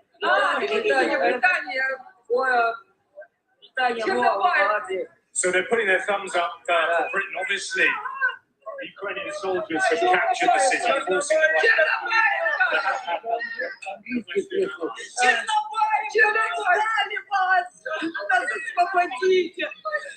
So she's talking about the airport, which is just down there. This is the main road into the city itself. It's pretty early in the morning, but people are up. They're very grateful to see something that they didn't think they would see for perhaps a long time, if ever at all. But Russia annexed this territory. As you can see, Ukrainian flag now flying, and it is under the control of Ukrainian soldiers. This is potentially the most awkward thing I have seen, like, in my life while watching coverage from like foreign media outlets trying to explain what's happening in Ukraine. But this was just so funny. It's so awkward. This guy is just like, they're giving a thumbs up for Britain, obviously. Sure. And she's like, oh my gosh, Chernobyevka is an airport, right? But Chernobyevka holds a very big significance to Ukraine because Russians kept like forcing their troops in there, and Ukrainians, we kept like blowing them up and we kept destroying them because it was like a very strategically important object, but it was also easy. Thank you so much for Ukrainians. Oh my gosh, thank you, Natlin. Thank you. It was easy for Ukrainians. Also, for those of you who don't know, I have a tattoo of a hot air balloon, and hot air balloons just like make me happy. I don't know why. I don't know what it is, but it's just it's a thing. And so hot air balloons are one of my favorite things. So anytime I get that one, I'm just like, oh. But so what I was trying to say with this like Sky News coverage thing is like they're talking about Chernobyevka because it is a strategically important object, and obviously Chernobyevka has been, you know, like there's just a lot that's going on there, and there is a context that he's missing. And so these people are talking about Chernobyevka, and he's like, she's talking about the airport right here. It was recently liberated. It's like, and they're like, no, that's not this. Yes, it is an airport, but that's not necessarily why they're mentioning it. And then he's just like walking around awkwardly with people being like, thank you so much for liberating us. Because at first they think that he's not a journalist. They think that he is maybe like a Foreign Legion soldier or a soldier in general, and like a Ukrainian soldier, you know, and they're just like thanking him. And he's like, hello. Like there is a moment at some point where he says "Zdrasте," and it's like it's a heya. Like it's in Russian, it's basically like heya, you know. And the people are surrounding him, and they're like, "Oh my gosh, thank you so much!" And they're like so grateful, and they're so humble, right? And this guy's like, "Heya." It's like the most awkward thing I've ever seen in my life, but you know. Well, I'm glad that they're covering it. I'm glad it made mass media. You know, it made mass media coverage. Thank you very much. But he was just like so lost there. I saw this yesterday, and I sent it in my mod chat, and we were like all laughing at this because it's just. I don't know. I mean, like this is the video I'm gonna watch when I feel sad at some point, and I'm just gonna need like a pick me up. This is a pick me up, like a clueless journalist walking around, happy people of Kherson being like, "Hello." Satellite images of Sevastopol show a sharp decrease in activity of the Black Sea Fleet, even near the coast, where it usually patrolled, after the attack of floating drones. The first army of maritime drones. As of the evening, more than 60 settlements in Kherson region are under control of the armed forces of Ukraine, according to President Zelensky. The UK and the EU have agreed to boycott Russian Foreign Minister Sergey Lavrov's speeches at the G20 summit and will call on allies to join them. This is what I was talking about. So the UK and the EU decided to boycott Lavrov, not talk to him, boycott his speeches, and not listen to anything he has to say because, well, everything he says is just perpetuation of Russian aggression, and listening to it is basically supporting it. Привіт. В мене англомовна аудиторія здебільшого, тому я розмовляю англійською. A curfew is imposed in liberated Kherson from 17:00, which is 5 p.m. to 8 a.m., said the head of the military administration, Yanushevich. He warned about restrictions to entry and exit from the city. The reason why there is a curfew because the reason why there is a curfew is because, well, there are still a lot of like diversionists. There are still a lot of Russian troops who just changed into civilian clothes, kind of like, waiting for, I don't know, trying to hide because they were abandoned. I don't think they're like planning any operations. I think they were literally abandoned. Now they're like, oh, well, what do I do? So they're trying to blend in, but a lot of them are wearing Adidas tracksuits. And I think that they think it's like a form of luxury, but this is like one of the best telling mechanisms that it's a Russian. So they're not really blending in because, people stopped wearing Adidas tracksuits in Ukraine when the 90s were over, but it's just some 20 years or so. Oh my God, дякую. Oh wait, I'm gonna give Sini a watermelon after this because Sini loves watermelons and Gopnik camo. Oh my God. Oh my God, Kanti said Gopnik camo and I'm dying because it is literally, yes, Gopnik camo. Gopnik is a chav, or like, those guys that squat and smoke cigarettes and eat sunflower seeds and stuff and wear Adidas tracksuits. But basically the reason why there is a curfew in Kherson is because the Ukrainian military has to make sure that they find and uncover all of these like Russian soldiers that are left over, all the diversionists. They make sure that that they demine the territory because obviously Kherson is heavily mined.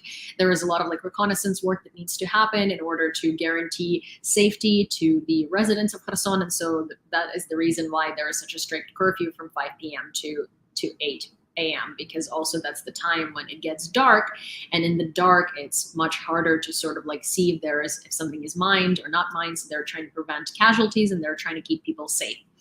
Also, this is a very palate cleansing video. It's grandma meets her grandson in Kherson.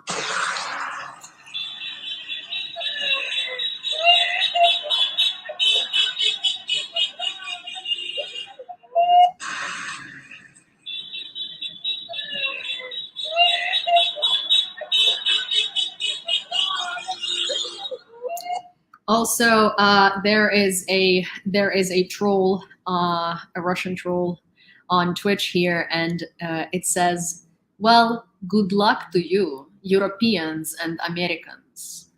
Time will put everything in its place. And it has like a winky face, And what I do want to say is, my dear, oh, you are so right. The time to put everything in its place was for hundreds of years now, and it is finally coming there. So thank you for wishing us luck in our endeavor of putting you in your place and putting Russia in its place. It is definitely coming. I'm glad that you are aware of it. I'm glad that you are self-conscious, not self-conscious. I'm glad that you're self-aware. So thank you for that. It's a very rare trait with Russians these days. So it's incredibly, it's lovely that you are so aware of what's happening. I commend you for that. Yeah. Time will put everything in its place. The more time, the more of everything is going to be put in its place, and it's already being done. So I'm glad that you're aware. I'm glad that you support. Most of all, I'm glad that you support the effort of putting Russia in its place after years and years of waging wars of aggression and discrimination and genocides on its own population, on former USSR satellite populations. I'm really glad that you are so self-aware. It's a fantastic feature that's missing from so many Russians these days. This summer, Russia signed a contract with Iran to supply about 1,750 UAVs of two types, Shahed and Mohajer. The representative of the Defense Intelligence of Ukraine said. The main news for November 12th, which was yesterday. The Netherlands will provide additional 110 million for Ukrainian energy. In just one day, United 24 raised money for 3 maritime drones.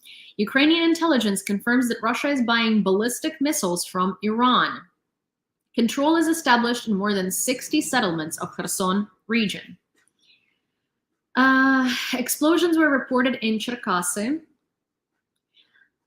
According to the former commander of the U.S. Army in Europe, Lieutenant General Ben Hodges, Ukraine can liberate Mariupol and Melitopol by January, after which the liberation of Crimea will begin. So this, and there is someone from the Armed Forces of Ukraine, and I'm very familiar with what operational security is, and by no means would I ever breach it or try to breach it. So I am going to address a couple of rumors based on what we just read here. So according to the former commander of the US Army in Europe, Lieutenant General Ben Hodges, Ukraine can liberate Mariupol and Melitopol by January. So Mariupol is, we all know what Mariupol is. And if you don't know what Mariupol is, then you should know what Mariupol is. Mariupol was a beautiful metallurgical, very fast growing, the fastest growing city in Ukraine. That was completely leveled to the ground by Russian aggression. Mariupol has been occupied. There has been an epidemic of cholera, of dysentery, which are things that should not exist in the 21st century. People live in houses without heating, electricity, anything, without roofs, without windows. People are freezing, and people are being forcefully deported to Russia under the guise of help. I think it was 95% of the city that was completely leveled to the ground. 95%. Think about it. It was a city of 440,000 people or so.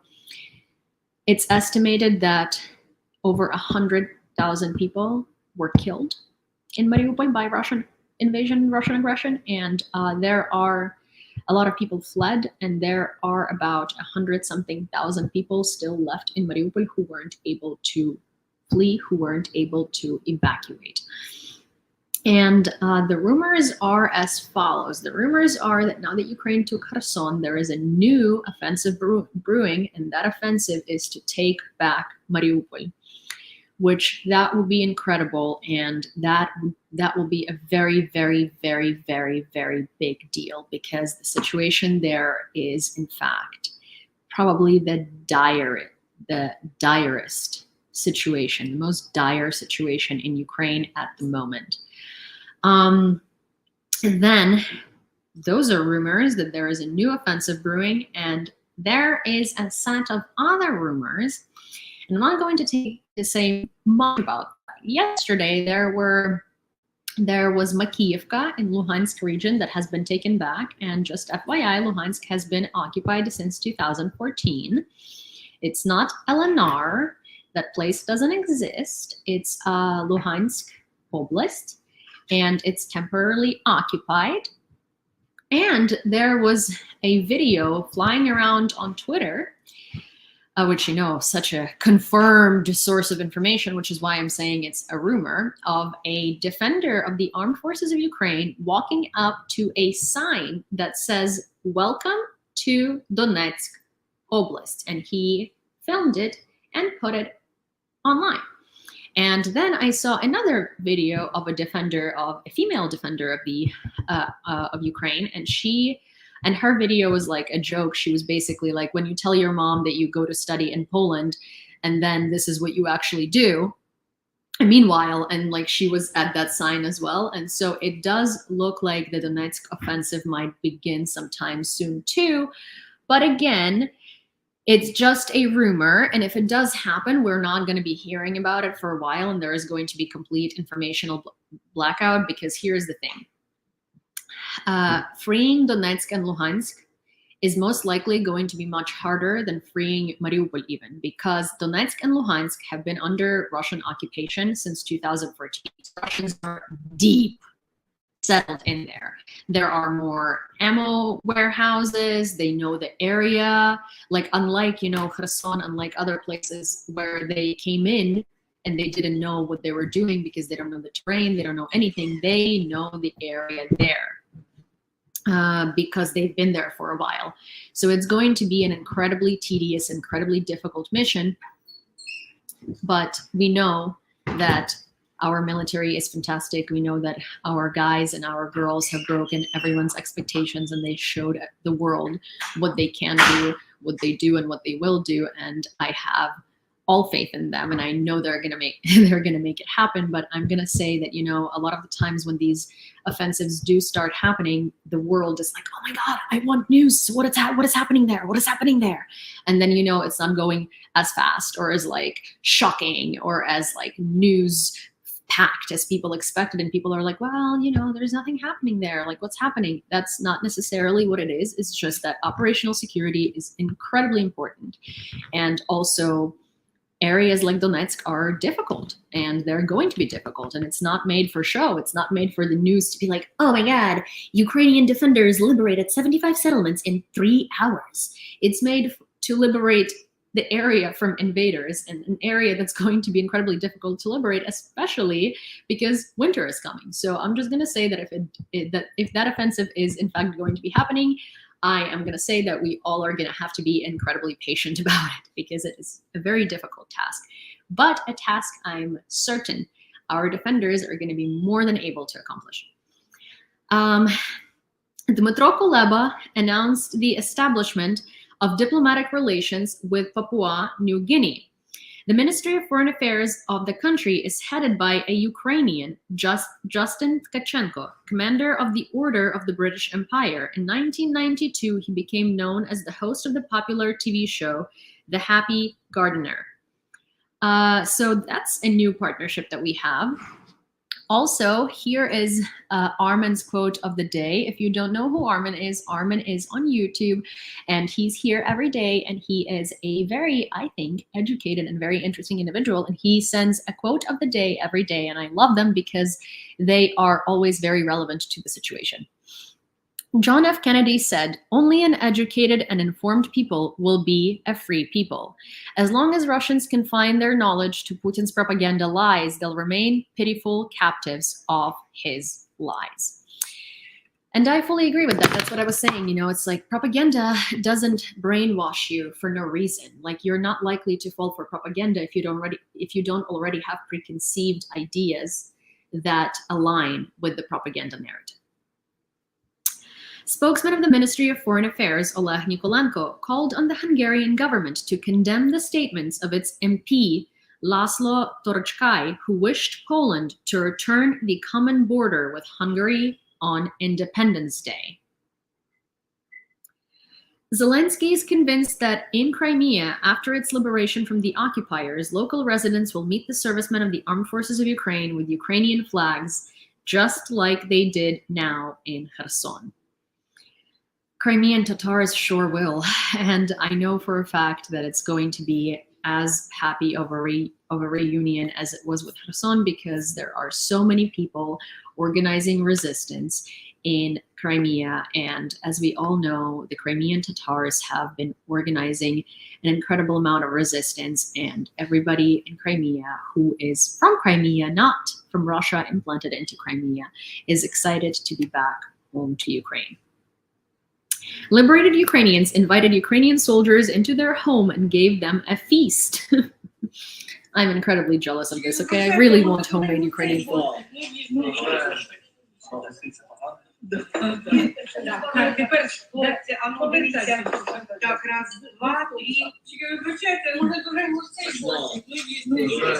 That borscht looks...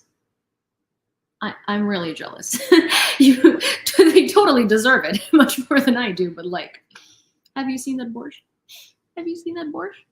Have you seen that borscht? And are those? Oh my gosh. There are some very good things over there, you know, incredibly good things. Ooh. There are pickles there. They're pickles. And the thing is, like, so I don't really like pickles in the US. I don't know what it is about them. They're just not right. But pickles in Ukraine? Pickles in Ukraine. Antonievsky Bridge. The Russian flag is being shot down.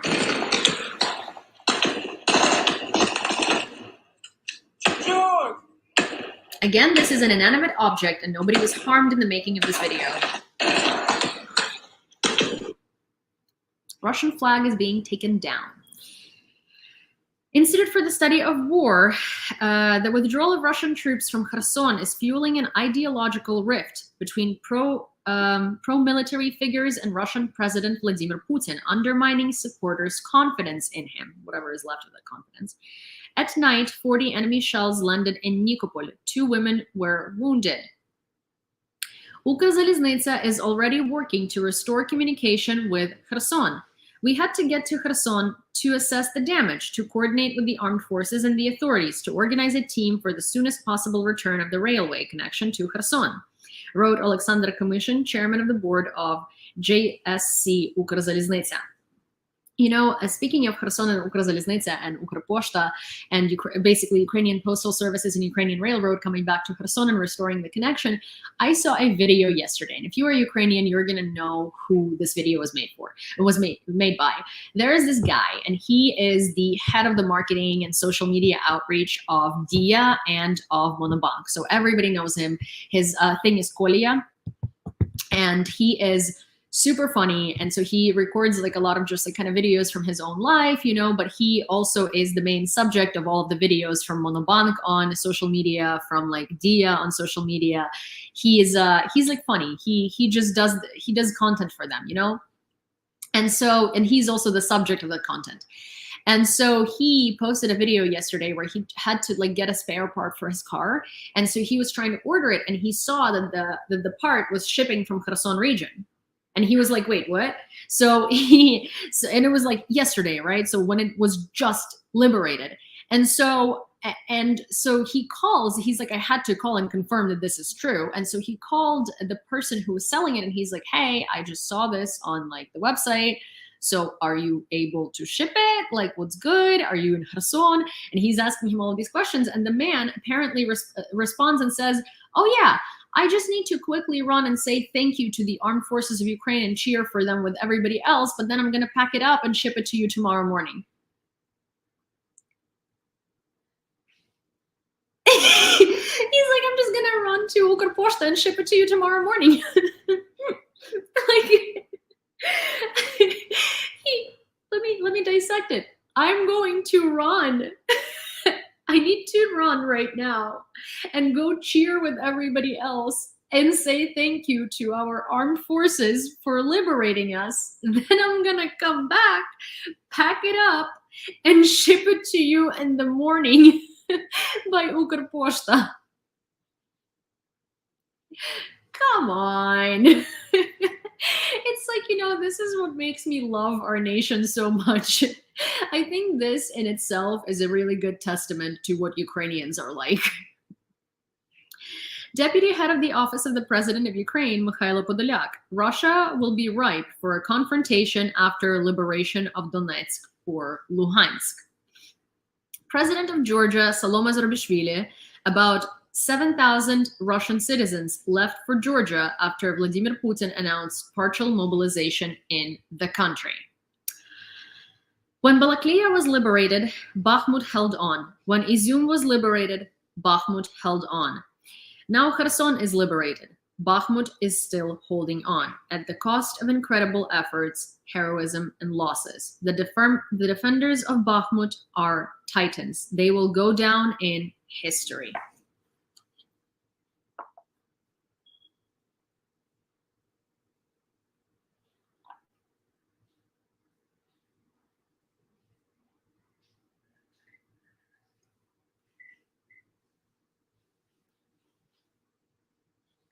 Bakhmut is an incredibly important location, not only strategically, but it's incredibly important because, you know, there are so many of our defenders, unfortunately, laying their lives down to be able to defend Bakhmut.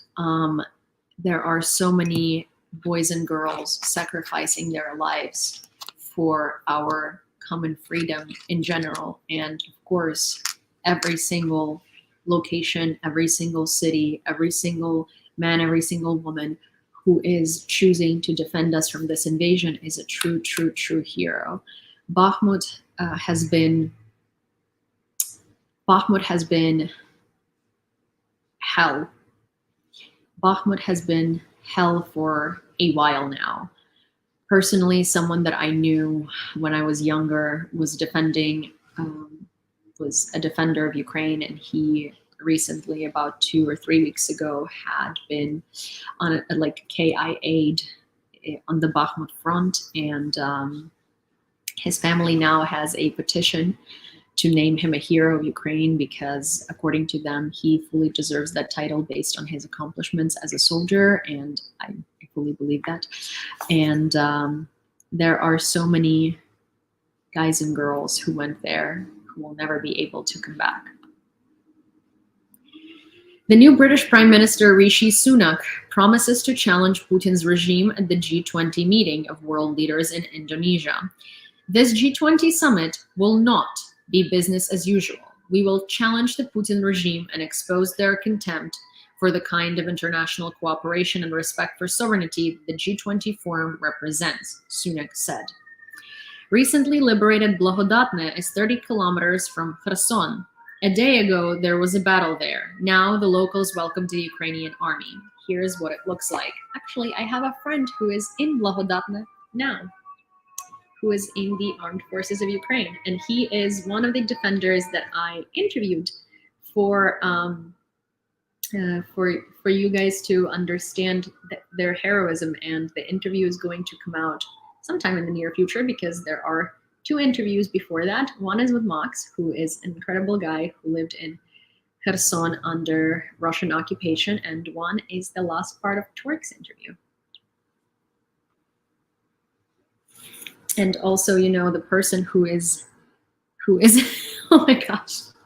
See, I love the humor of our people. Just sort of to let you know why I'm saying I love the humor. It says press. That's an explosive device.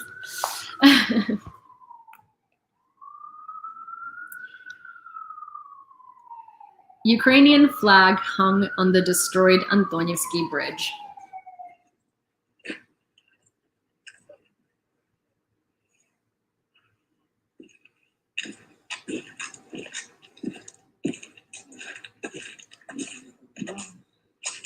Надо любоваться на тех ребят, которые этого момента не дождались.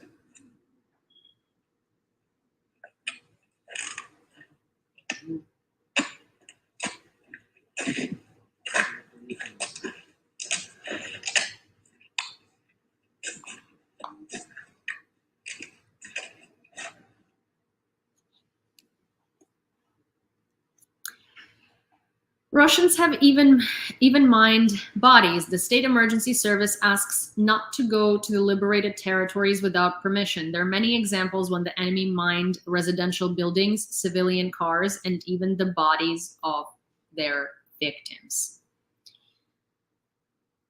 People had been hiding flags in Kherson during the occupation by burying them in the ground in various bottles and stuff like that. And it's so sad that that's something they had to do, but it's also so beautiful knowing that they weren't going to destroy Ukrainian flags.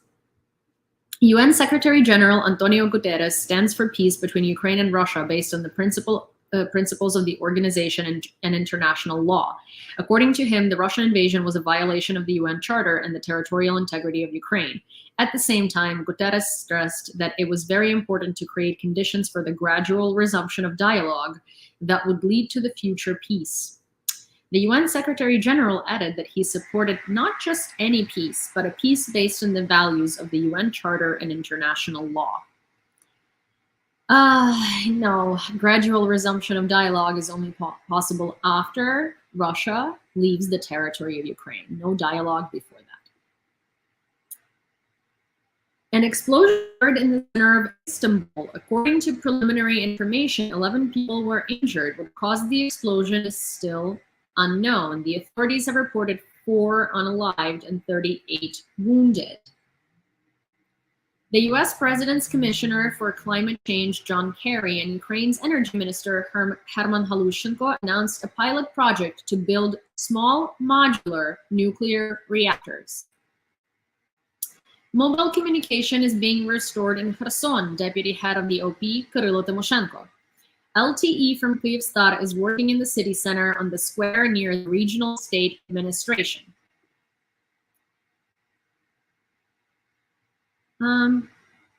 Not only was a raccoon stolen, the occupiers took almost all animals from the Kherson Zoo. The head of the NGO UA Animals, Alexander Todorchuk. The Russian command took most of the zoo's animals to Crimea, from llamas and wolves to donkeys and squirrels.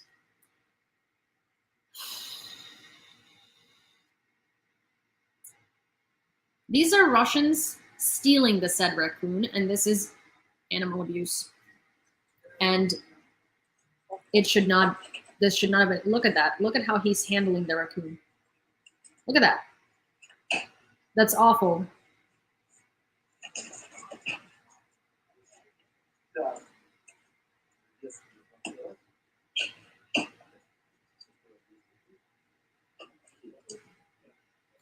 So I don't want to show this on camera, but he's basically gonna dump him in like into like a garbage can, in which he's gonna like then transport him. Over the past week, Ukrainian troops in the south have liberated 179 settlements over 4.5 thousand square kilometers. The occupiers are building up their forces in the area of Melitopol. In particular, they're moving columns from Tokmak there, the general staff reports. Fortifications are being built around the city, and civilians are forbidden to approach the airfield area.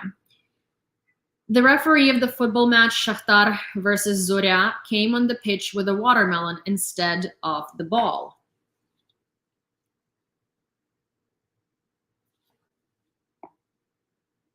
Hassan.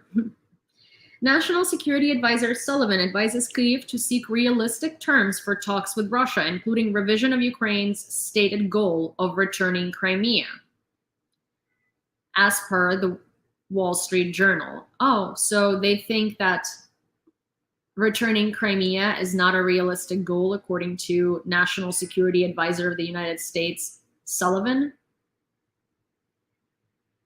Okay, well, I would say that maybe you should be talking in realistic terms and in terms of a head of the state that is not scared of Russia and that is much stronger and much more democratic than Russia, rather than like a coward who seems to be a Putin sympathizer. Senior Indonesian politicians, including President Joko Widodo, are calling on Western leaders to make concessions on their criticism of Russia to avoid the G20 summit in Bali this week, ending without a joint statement. This was reported by Politico. President Volodymyr Zelensky states that Russians committed the same atrocities in Kherson region as in other occupied regions, and we are only going to hear more and more of that. CNN and Sky News journalists were stripped of accreditation for reporting from Kherson. The official Facebook page of the General Staff posted a message that a number of media representatives who violated the rules of work in the area of hostilities revoked their work permits, and their press cards were recognized as invalid.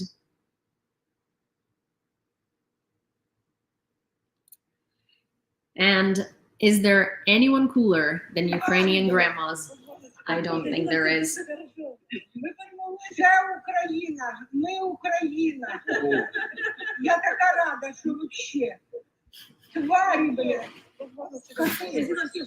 Basically, this grandma is holding this useful thing of technology for the armed forces of Ukraine that she had, taken from the Russians. And she is going to, give it to the Ukrainian armed forces. And with that, that's all I have for you for today in terms of news. Let's move on to the discussion / question and answer and stuff like that. I'm going to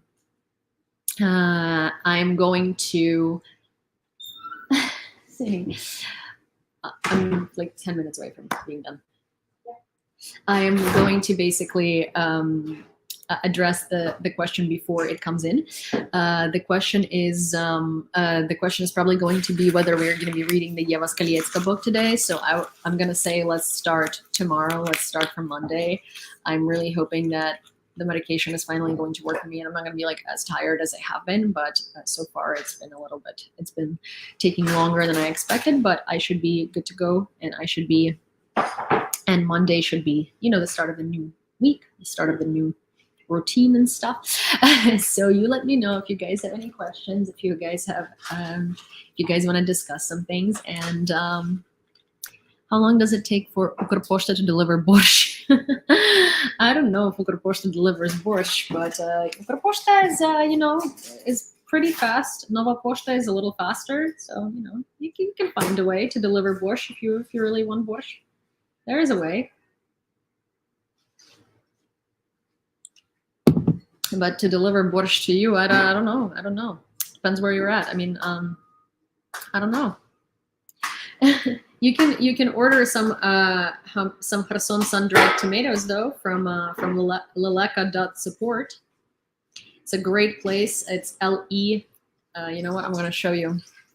It's this place called Leleka, LELEKA.support.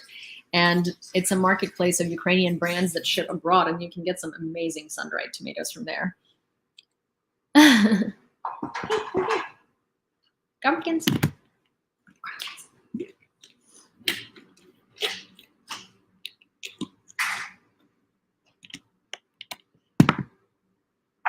Does a lot of food in the US taste different than in Ukraine? Yes, because a lot of food in the US is genetically modified, and most food in Ukraine isn't. And healthy food that's good for you and nutritious and stuff like that is not expensive in Ukraine. It's not as expensive. Like there is not such a huge gap. Okay. There's not such a huge gap in prices. Like you can go to a farmer's market and you're gonna spend less money at the farmer's market than you are at like a supermarket or like at a McDonald's. And so you can get, you know, fresh food from like a granny's garden for cheap.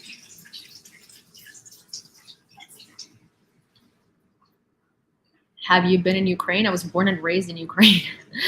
I lived there until I was like 16 or 17. Of course I have been to Ukraine. Did you do any singing and or dancing after hearing the Republicans failed to take the majority of seats in the Senate? Oh my God, yes. We have been so happy about this. It's so incredible. I'm also really hoping that that Warnock wins the runoff in Georgia. He deserves it. And like, who in their right mind was voting for Herschel Walker, and why? Like, why? But anyways, I really hope that maybe Republicans, it looks like they might get the majority in the House, but a very slim majority. So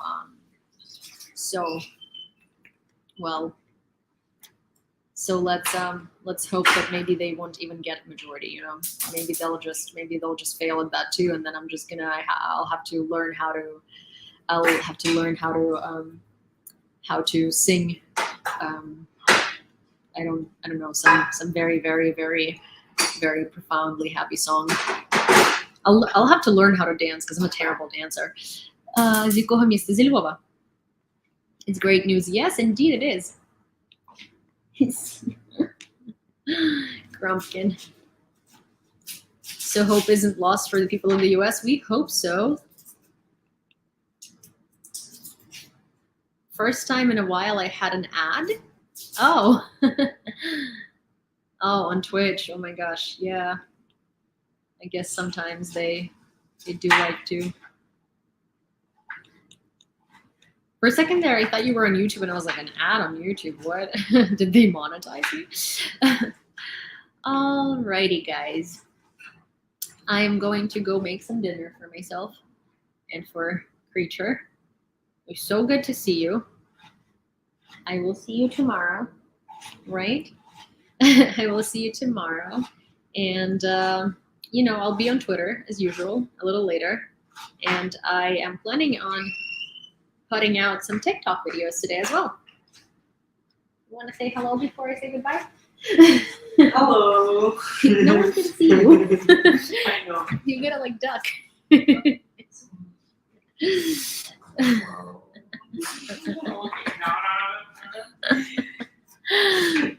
Good night. Alrighty, guys. See you tomorrow. No, everybody's like, hi, Vasil. I'm like, hi. See you tomorrow, guys. Bye.